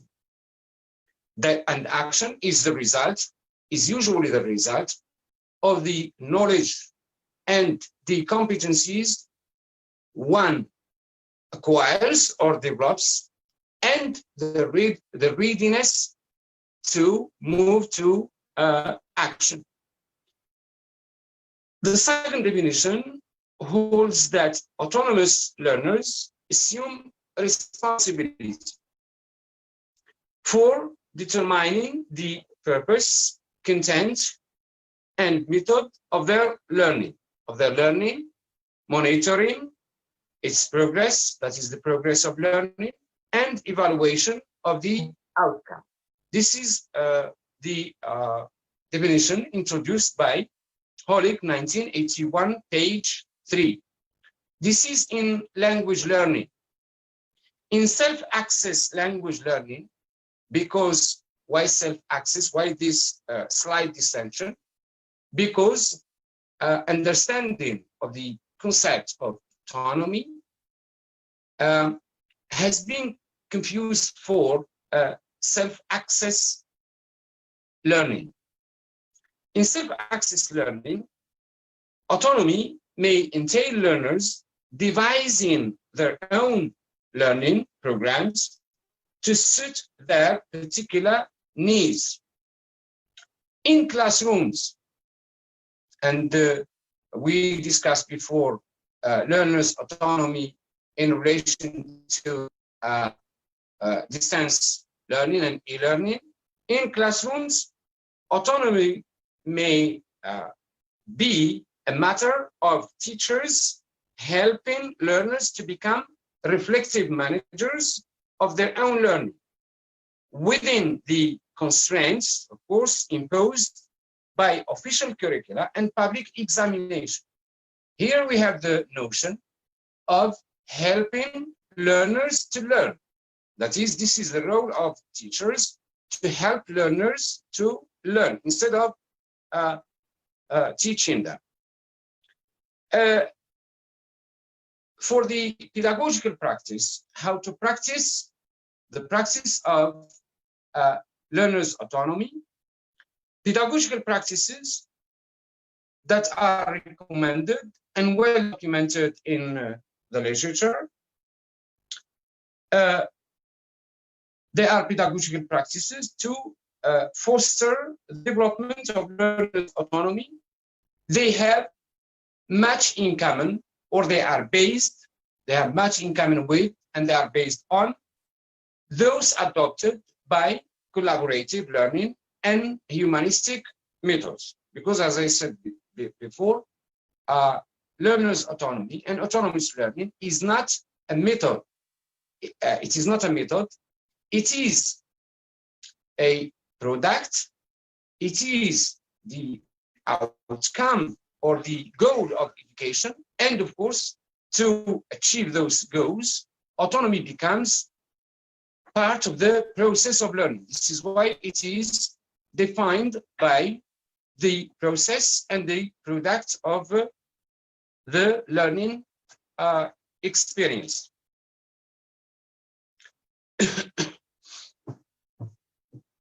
Then, from these definitions and this distinction between learners' autonomy in foreign language learning and this in self-directed, in self-access learning, as a pedagogical practice, we may draw some important points. First, autonomy is the means by which learners in any domain of education, of course, transcend the limitations and constraints of their immediate learning environment.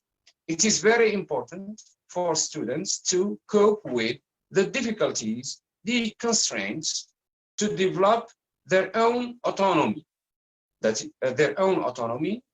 ability to make choices, to overcome difficulties, and throughout this experience, they develop the autonomy competencies and skills, values, and traits of character. In our case of foreign language learning, learners' autonomy and autonomous learning means that autonomous learners are able to apply their learning skills in contexts beyond the classroom or other environments in which learning has taken place, not only the classroom, maybe virtually, maybe in non-formal education, in other contexts. But also they are able to employ, to use their target language knowledge and skills in autonomous target language use, because the ultimate purpose is to enable learners to use the language, in different contexts, social, professional, etc. The development of autonomy in this respect entails the development of capacity, capacity for independence in language use, not only in learning, but in language use as well as in language learning. So these two capacities, capacity of language use and of this capacity in language use and in language learning. These two capacities, of course, interact with one another and hopefully in a mutual enhancing way. Learners' autonomy engage as my colleague and my students have mentioned, the metacognitive and also the affective domain, and the pedagogical procedures by which the development of autonomy is fostered give sustained attention. I will come back to sustained and sustainable education. Sustained attention to the metacognitive processes of planning, monitoring, and evaluating the performance of individual learning tasks and the progress of learning in general. However, at the same time, the learner is engaged affectively. This is why affective factors of learners are very important for the autonomy. Of course, it is important because it is repeatedly reflected upon and evaluated in terms of individual needs, interests, and capacities. This is why positive motivation is central to the development of learner autonomy. As a general pedagogical, learner autonomy accommodates, encompasses a wide range and learning concepts, perspectives, techniques usually give rise to some confusion as to what learners' autonomy is or is not. However, pedagogies that are intent on frame autonomy tend to have certain practices in the most titles and concepts and notions used interchangeably with learners' autonomy are humanistic language teaching, collaborative learning, experiential learning, and the learning-centered approach, the learner-centered. Okay, so they seem to be the same, but there are some slight differences between them. The most important of which, the one which distinguishes learner autonomy from these notions, concepts, and terms, is that in learner's autonomy, it is necessary, and it necessarily implies a holistic view of the learner as an individual, holistic view, and it is important here to mention what many scholars refer to as post-method era. If that's learner's autonomy in this sense as a holistic understanding and perspective on the learner, implies that teachers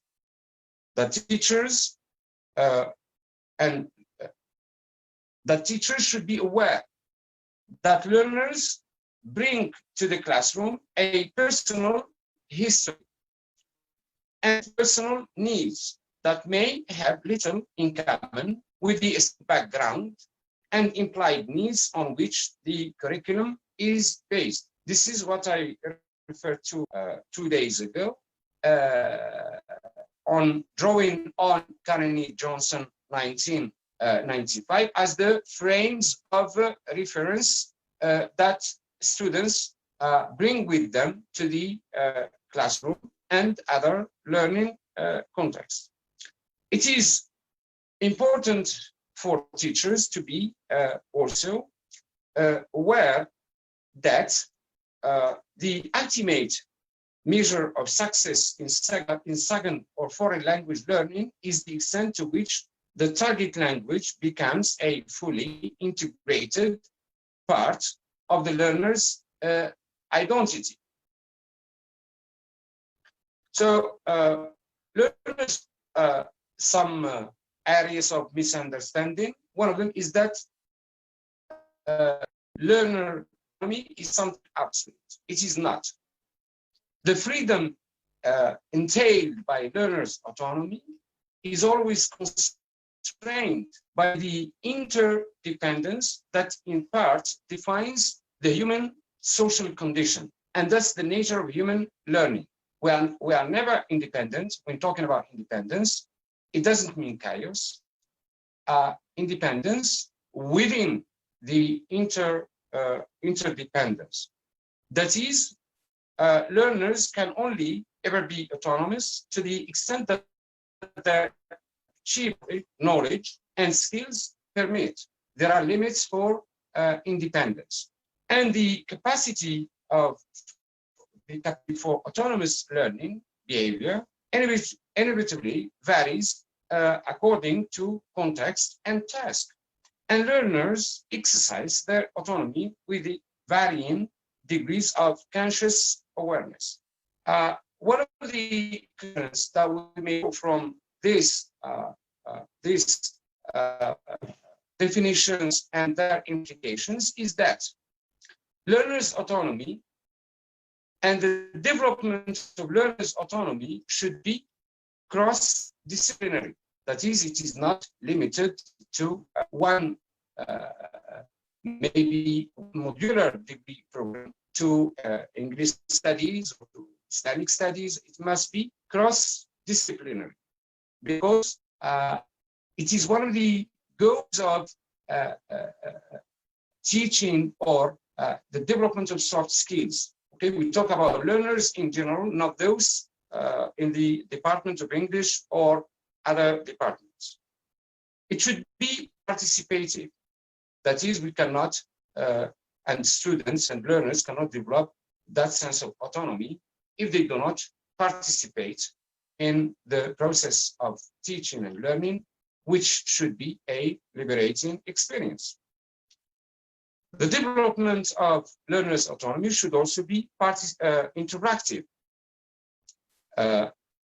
Students develop, and pupils and children develop sense of autonomy when they engage or they are engaged in interactive communication. And more importantly, learners' autonomy and the development of learners' autonomy should be related to life. And of course, the connections between school knowledge and reality. It should be conducted in a non-authoritarian environment. We cannot develop learners' autonomy in an authoritarian environment of learning. It should be cognizant of the of the challenges of social diversity, and it should consider the social aspect of the learning context, either it is the classroom or a virtual space. Also, and this is, I think, the essence of Fatima Zahra research, it should be constructed, because we usually focus on learners and teachers and we forget other stakeholders. It should be constructed with all stakeholders. The most important are, in addition to teachers and learners, parents and the community, and of course, non-government organizations, as well as the school. Here I go back. This time I left the origins to the end. Autonomy was first introduced into discussion about language teaching and learning by Henry Olick's book Autonomy and Foreign Language Learning, which was it was a report published by the Council of Europe in 1979, and later on published by Olick 1981 as a book. Olick 1981 book Autonomy and Foreign Language Learning, published by Oxford. Olick took his immediate inspiration from the Council of Europe's work in adult education, and Fatima Zahra has mentioned this stage of evolution in her presentation, which emphasized the importance of equipping adult learners with the knowledge and confidence to participate in the democratic process. And here I am talking about European context. Another source of influence on the development of interest and concern with learners' autonomy was the shift from the idea of man, the product of his history, that it was believed that a man or a woman, okay, are the product of their history. And the move was to the idea of man, producer of his history, okay? And of course, the very famous statement of all things, man is the center. That we can produce, we are not products, but we can produce. Human agency here is very important. For further elaboration on this idea, I would like to refer my friends and students to Jane 1977. And it is one of the important sources that Olick 1981 drew on.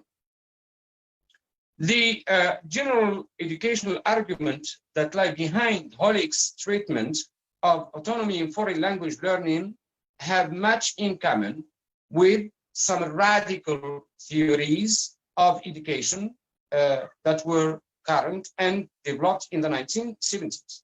The most important of which are that of Illich, 1971, and Frere, 1972. And I hope my students could find time or devote some time to read Frere, 1972, the pedagogy of the oppressed, okay? Pedagogy of the oppressed.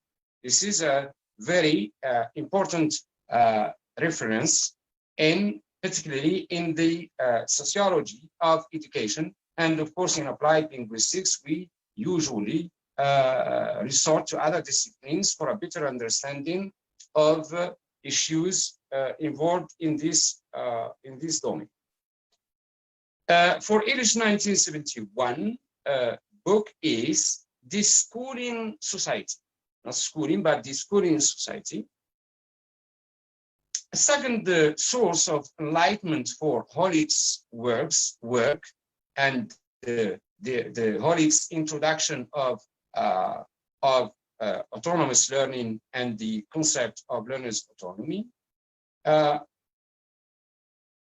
is the most important idea is the development of thinking about learner's autonomy, is work on language and communication in the classroom undertaken in the UK in the 1970s. That is more interest in classroom communication, classroom activities and patterns of communication,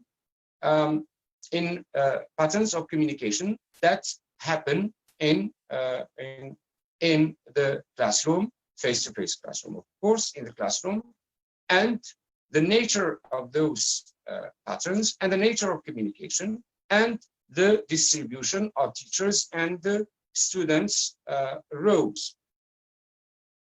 And another important reference that enlightened the emergence of this concept of learner's autonomy is Barner's book entitled From Communication to Curriculum, 1976. And according to Byram, this book is representative of this movement towards learners' autonomy and autonomous learning. Byram argues that if schooling is to have long-term benefits, pupils and students must be fully engaged in the learning process. This can happen only if they can make connections, and both students presenters and Fatem Zara have mentioned this, to make the connections between the knowledge presented to them in the classroom, and here it is referred to between parentheses as school knowledge, and the knowledge by which they lead their lives outside the classroom. And here it is referred to as action knowledge.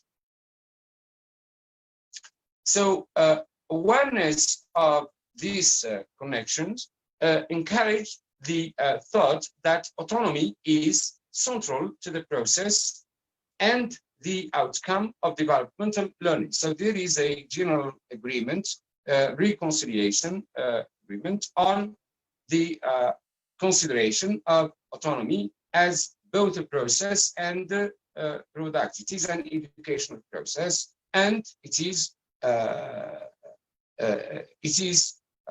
considered as one of the aims, the products of that education.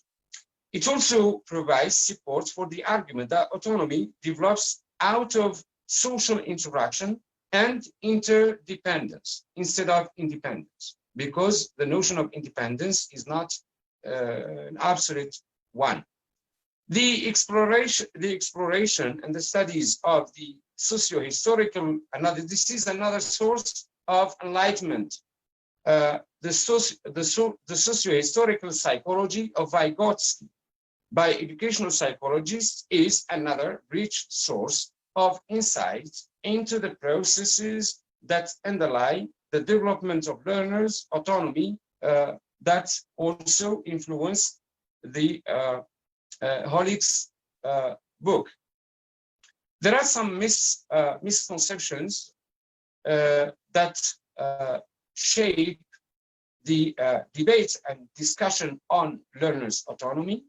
The first one is that learners' autonomy or learner autonomy is often taken to be a synonym for self-instruction or self-access learning, which is not the case. It is not a synonym to that. Why this confusion? Because this confusion is due partially to the historical conjunction, coincidence of self-access and autonomy in discussion about language learning, and partly to the common sense assumption that autonomy means independence, and that independence means learning without a teacher. And here the phrase common sense knowledge is very important. The second misinterpretation is that autonomy requires learners to work in isolation from one another. This is something that we usually forget. We focus on the relationship between learner and teacher, that autonomy is independent from the teacher, which is not the case, and that learners work are also independent from their classmates, their colleagues. Okay, so we have the relationship between teachers and students students. So it doesn't mean independence from teachers. It doesn't mean independence from their classmates. Okay, it means interdependence. That is independence within the group.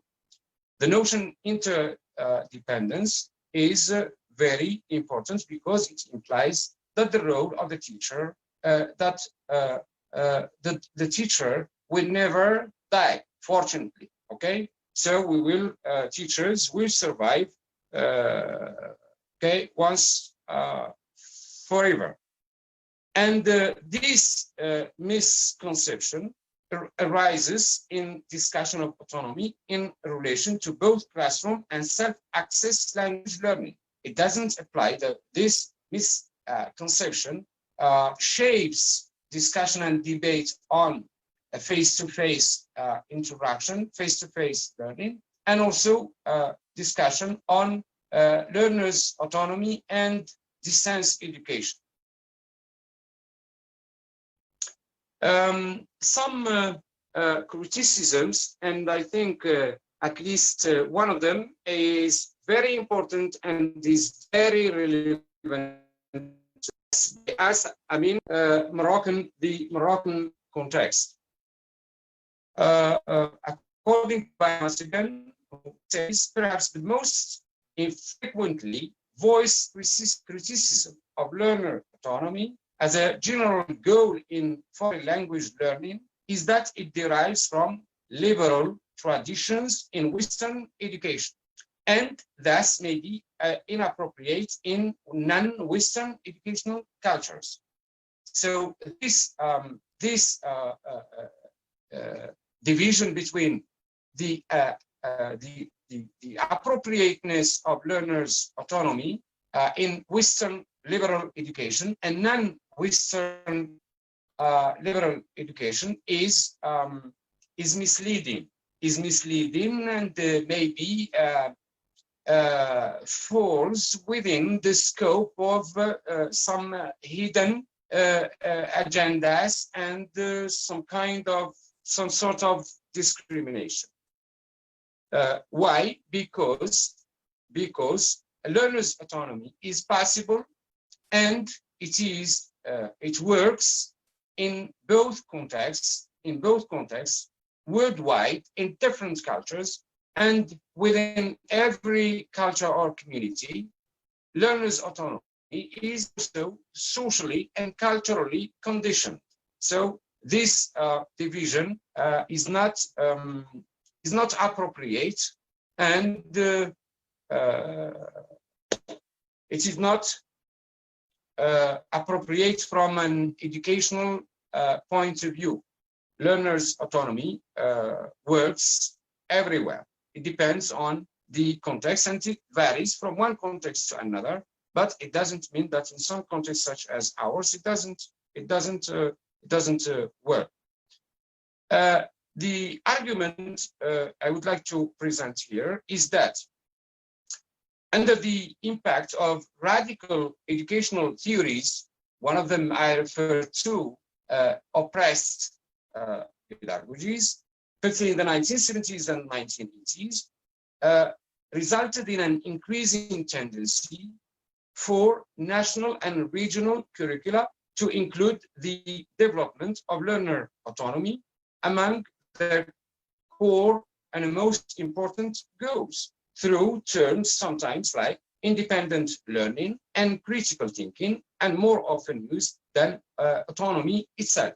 In our case in Morocco, if we go back to the policy documents of the Ministry of Education and the Higher Commission for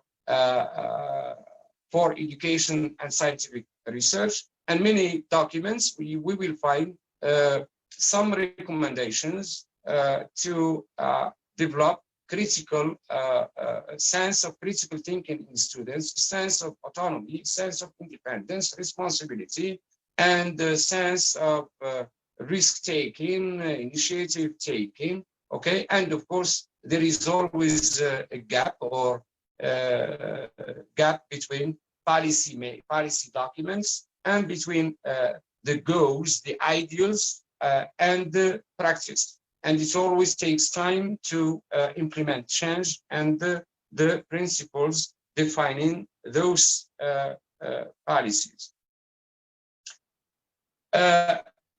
To conclude, what is important or what we may recommend is that there is an urgent need to conduct research, more and more research on learner autonomy, autonomous learning, learning to learn, helping learners to learn in our context and in many other contexts. Concerning the relationship of what teachers should do, whether they are independent. Okay, so because we don't have time, we haven't focused on implications, because normally the way we did it in the classroom, this is an important component in applied linguistics. We talk about theories, about principles, about issues and questions, and it is very important to have some knowledge and a capacity to apply the implications of those theories. The implication for teachers, okay, will lead us to talk about teachers' education, teachers' pre-service education and training, and teachers' continuous and continuing professional development. This is why we talk about teachers as autonomous teachers or autonomous learners. They are lifelong learners. And we talk about autonomous and lifelong teachers' development. We talk about sustainable teachers' development. That is, the way we talk about learners and students, this discourse about students applies to teachers. Teachers are learners. Teachers are learners. Okay, they are trainers. What are teachers? They are merely learners. Okay, they are learners. They learned. They have learning experiences and training experiences. And once they stop learning, and learning starts. When you stop learning, when learning stops and learning begins. This is the case. this applies to students and to teachers as well. So teachers should not give up learning. They should consider themselves as lifelong learners. Okay, as lifelong learners, they should conduct action and research. They should participate in, because there are different ways to achieve, to engage in professional development. They should participate in conferences, in seminars, in study days. They should conduct readings on this and on new issues, emerging challenges, etc. Okay? So we can safely talk about learners, about teachers' autonomy, about teachers as lifelong learners, about teachers as sustainable educators. We can talk about teachers as active, well-informed, and effective citizens. Okay, so the issues related to learners' autonomy and those we have been talking about during the last previous seminars fall within the scope of two major areas. The first one is education for sustainable development, and the second, and they are interrelated by the way. Maybe lifelong learning is the result of education for sustainable development. Okay, they are very important umbrella terms. Okay, which refer to different innovations in the field of education and the challenges, ever-changing challenges that that define the present and that will define the future of education. What is new is that lifelong learning and sustainable development is not merely a methodology or related to teachers training or design, etc., but it has become, or it yields as concepts, they yield, they allow the discussion and the debate of different aspects of education. Praxis, those educational practice, educational theory, educational research, educational leadership, educational institutions, institutional education, formal, non-formal, and informal, policy making. Okay, so these concepts are very important simply because they have once again helped to bring, okay, to bring different switches and different trends within an umbrella term. This helps to achieve a more or less common vision, at least vague vision, and a common, more or less common language. That is, this has helped policymakers, practitioners, researchers to speak, I will not say the same language, but different varieties of the same language. That is, they understand each other. Okay, so I would like to finish with saying that teachers will never die. Okay, the second, when discussing learners' autonomy, personally, I don't want to forget, not to mention, the great contribution of John Dewey. John Dewey, who was one of the first scholars to address in an academic way the most important issues we are discussing today. And I had the chance, the first seminar, to talk about lifelong learning. John Dewey did not give the name, did not invent the name lifelong learning, but the content and the connections he theorized between school and society, between education and democracy, between education and experience, so between education and critical thinking, and he is considered the founder and the father of critical thinking. I should not, give a presentation on learner autonomy without mentioning that philosopher, John Dewey, who is referred to or has been referred to by almost all scholars engaged in education theory and praxis. And thank you very much, dear colleagues.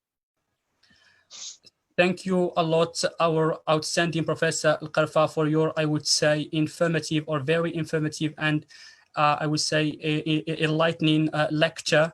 So you are always enlightening us with a number of ideas as you have always, of course, done. Thank you very much for enlightening us with a number of ideas in this, of course, 13th online seminar on issues in applied linguistics centered around, again, the issue of autonomous or learners' autonomy, autonomous learning and learning to learn. Thank you very much. So I would say that thank you again for your great efforts to make this masterclass webinar series possible and true, despite, of course, the current circumstances we are living today, of course, because of the novel coronavirus. But however, unfortunately, thanks to your great efforts, distance learning has become another alternative, and we are sometimes feeling that distance learning has become even sometimes better than classroom learning. And this is, of course, thanks to your great, of course, and unbelievable, of course, efforts. Thank you a lot, sir. Maybe I would like to come back to Professor Slawi, our outstanding professor and coordinator, who wanted, of course, to say something a few minutes ago, but unfortunately, because of some technical problems, she couldn't have made it. Professor Slawi, if you are with us, the floor is yours.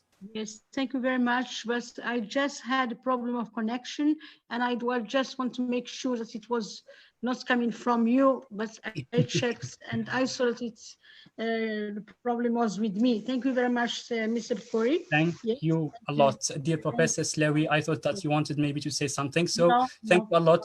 Thank you a lot. It's fine. Thank you very much. Yes. Okay, I would like just to invite you, if you have any maybe question or comment or addition before we close this, of course, 13th online seminar. If you have any question or any addition or any comment, you are very much welcome to ask our outstanding Professor KARFA or our very special guest speaker today, Professor Fatima Zahra Karoum, or maybe our outstanding classmates in their, of course, successful presentation. You are very much welcome before, of course, we say a word and we close this 13th online seminar of this masterclass webinar series. So if you have anything to add, maybe any question, you are very much welcome. Dear PhD coordinates, dear classmates and image students, maybe respectful professors. Okay. Thank you very much, Mr. Bukuri. Yes, Si Ayoub, thank you very much for your modest contribution, Si Ayoub. The floor is yours. Thank you very much. I just want to thank the presenters and Professor Karoum Fatima Zahra for her delightful and very good presentation, and also for your very good moderation. It was a very, very successful webinar today. Thank you very much. Thank you a lot, my dear classmates and friend, Ayoub Gnawi, for your sweet words, for your sense of motivation and support. Thank you a lot. Okay, is there maybe any comment, any question to raise today before we close this 13th online seminar? Yes. No, maybe comments, no questions. Okay, so Professor KARFA and Professor Slawi, maybe I give you the floor to say a word before we close up this, of course, 13th online seminar on issues in applied linguistics about learners' autonomy today. Professor Slawi, the floor is yours. Maybe to say a word before we leave. Okay. Thank you very much, Mr. Bukuri, for such a wonderful moderation of this webinar session today. You are great as usual. Okay. Yes. Thank you a lot. I believe in you in whatever task you are given. You are doing great. Yeah. Thank you a lot. Very much, our outstanding guest speaker, Ms. Karoum. And also, thank you very much, Professor KARFA. You are most welcome. Thank you very much, Professor KARFA, for your insightful presentation, where you provide an overview, an insightful overview of the phenomenon, as always. Yes, thank you very much, the two speakers, presenters, Hind and remind me of Shayma Khaltat, yes, for your outstanding also presentations. Thank you very much, dear students, for your pertinent questions, comments, and addition. Thank you very much, dear colleagues, for enriching this discussion, and see you, inshallah, in the coming webinar session. Thank you. Thank you a lot, our outstanding coordinator and Professor Slawi, for your intervention and your sweet words as usual. You are always motivating us. You are always a source of support and encouragement for us. We are very proud for having such an amazing coordinator. So the floor is yours, Professor, dear Professor KARFA, maybe just to say a word before we close up this online. Yeah, thank you. I thank again all my colleagues, all my students. It remains to extend a big thank you to you, Say Mohammed Bakouri, for the great job you have done moderating this seminar. I think it has been a successful experience to integrate students into moderating these seminars. And I would like to extend a big thank you to C. McKee Amiri and all our colleagues from different institutions. Thank you very much, Professor Slawi, again and again. You're most welcome.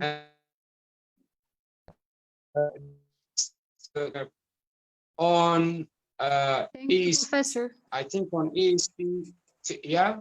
McKee, it is ESP English for specific no, purposes. it's gender pedagogies by Professor Gender pedagogies, that's good. Yeah. Okay, so those who are interested in gender and gender studies, so please, we will, we will have to, because it is a new issue, we will listen to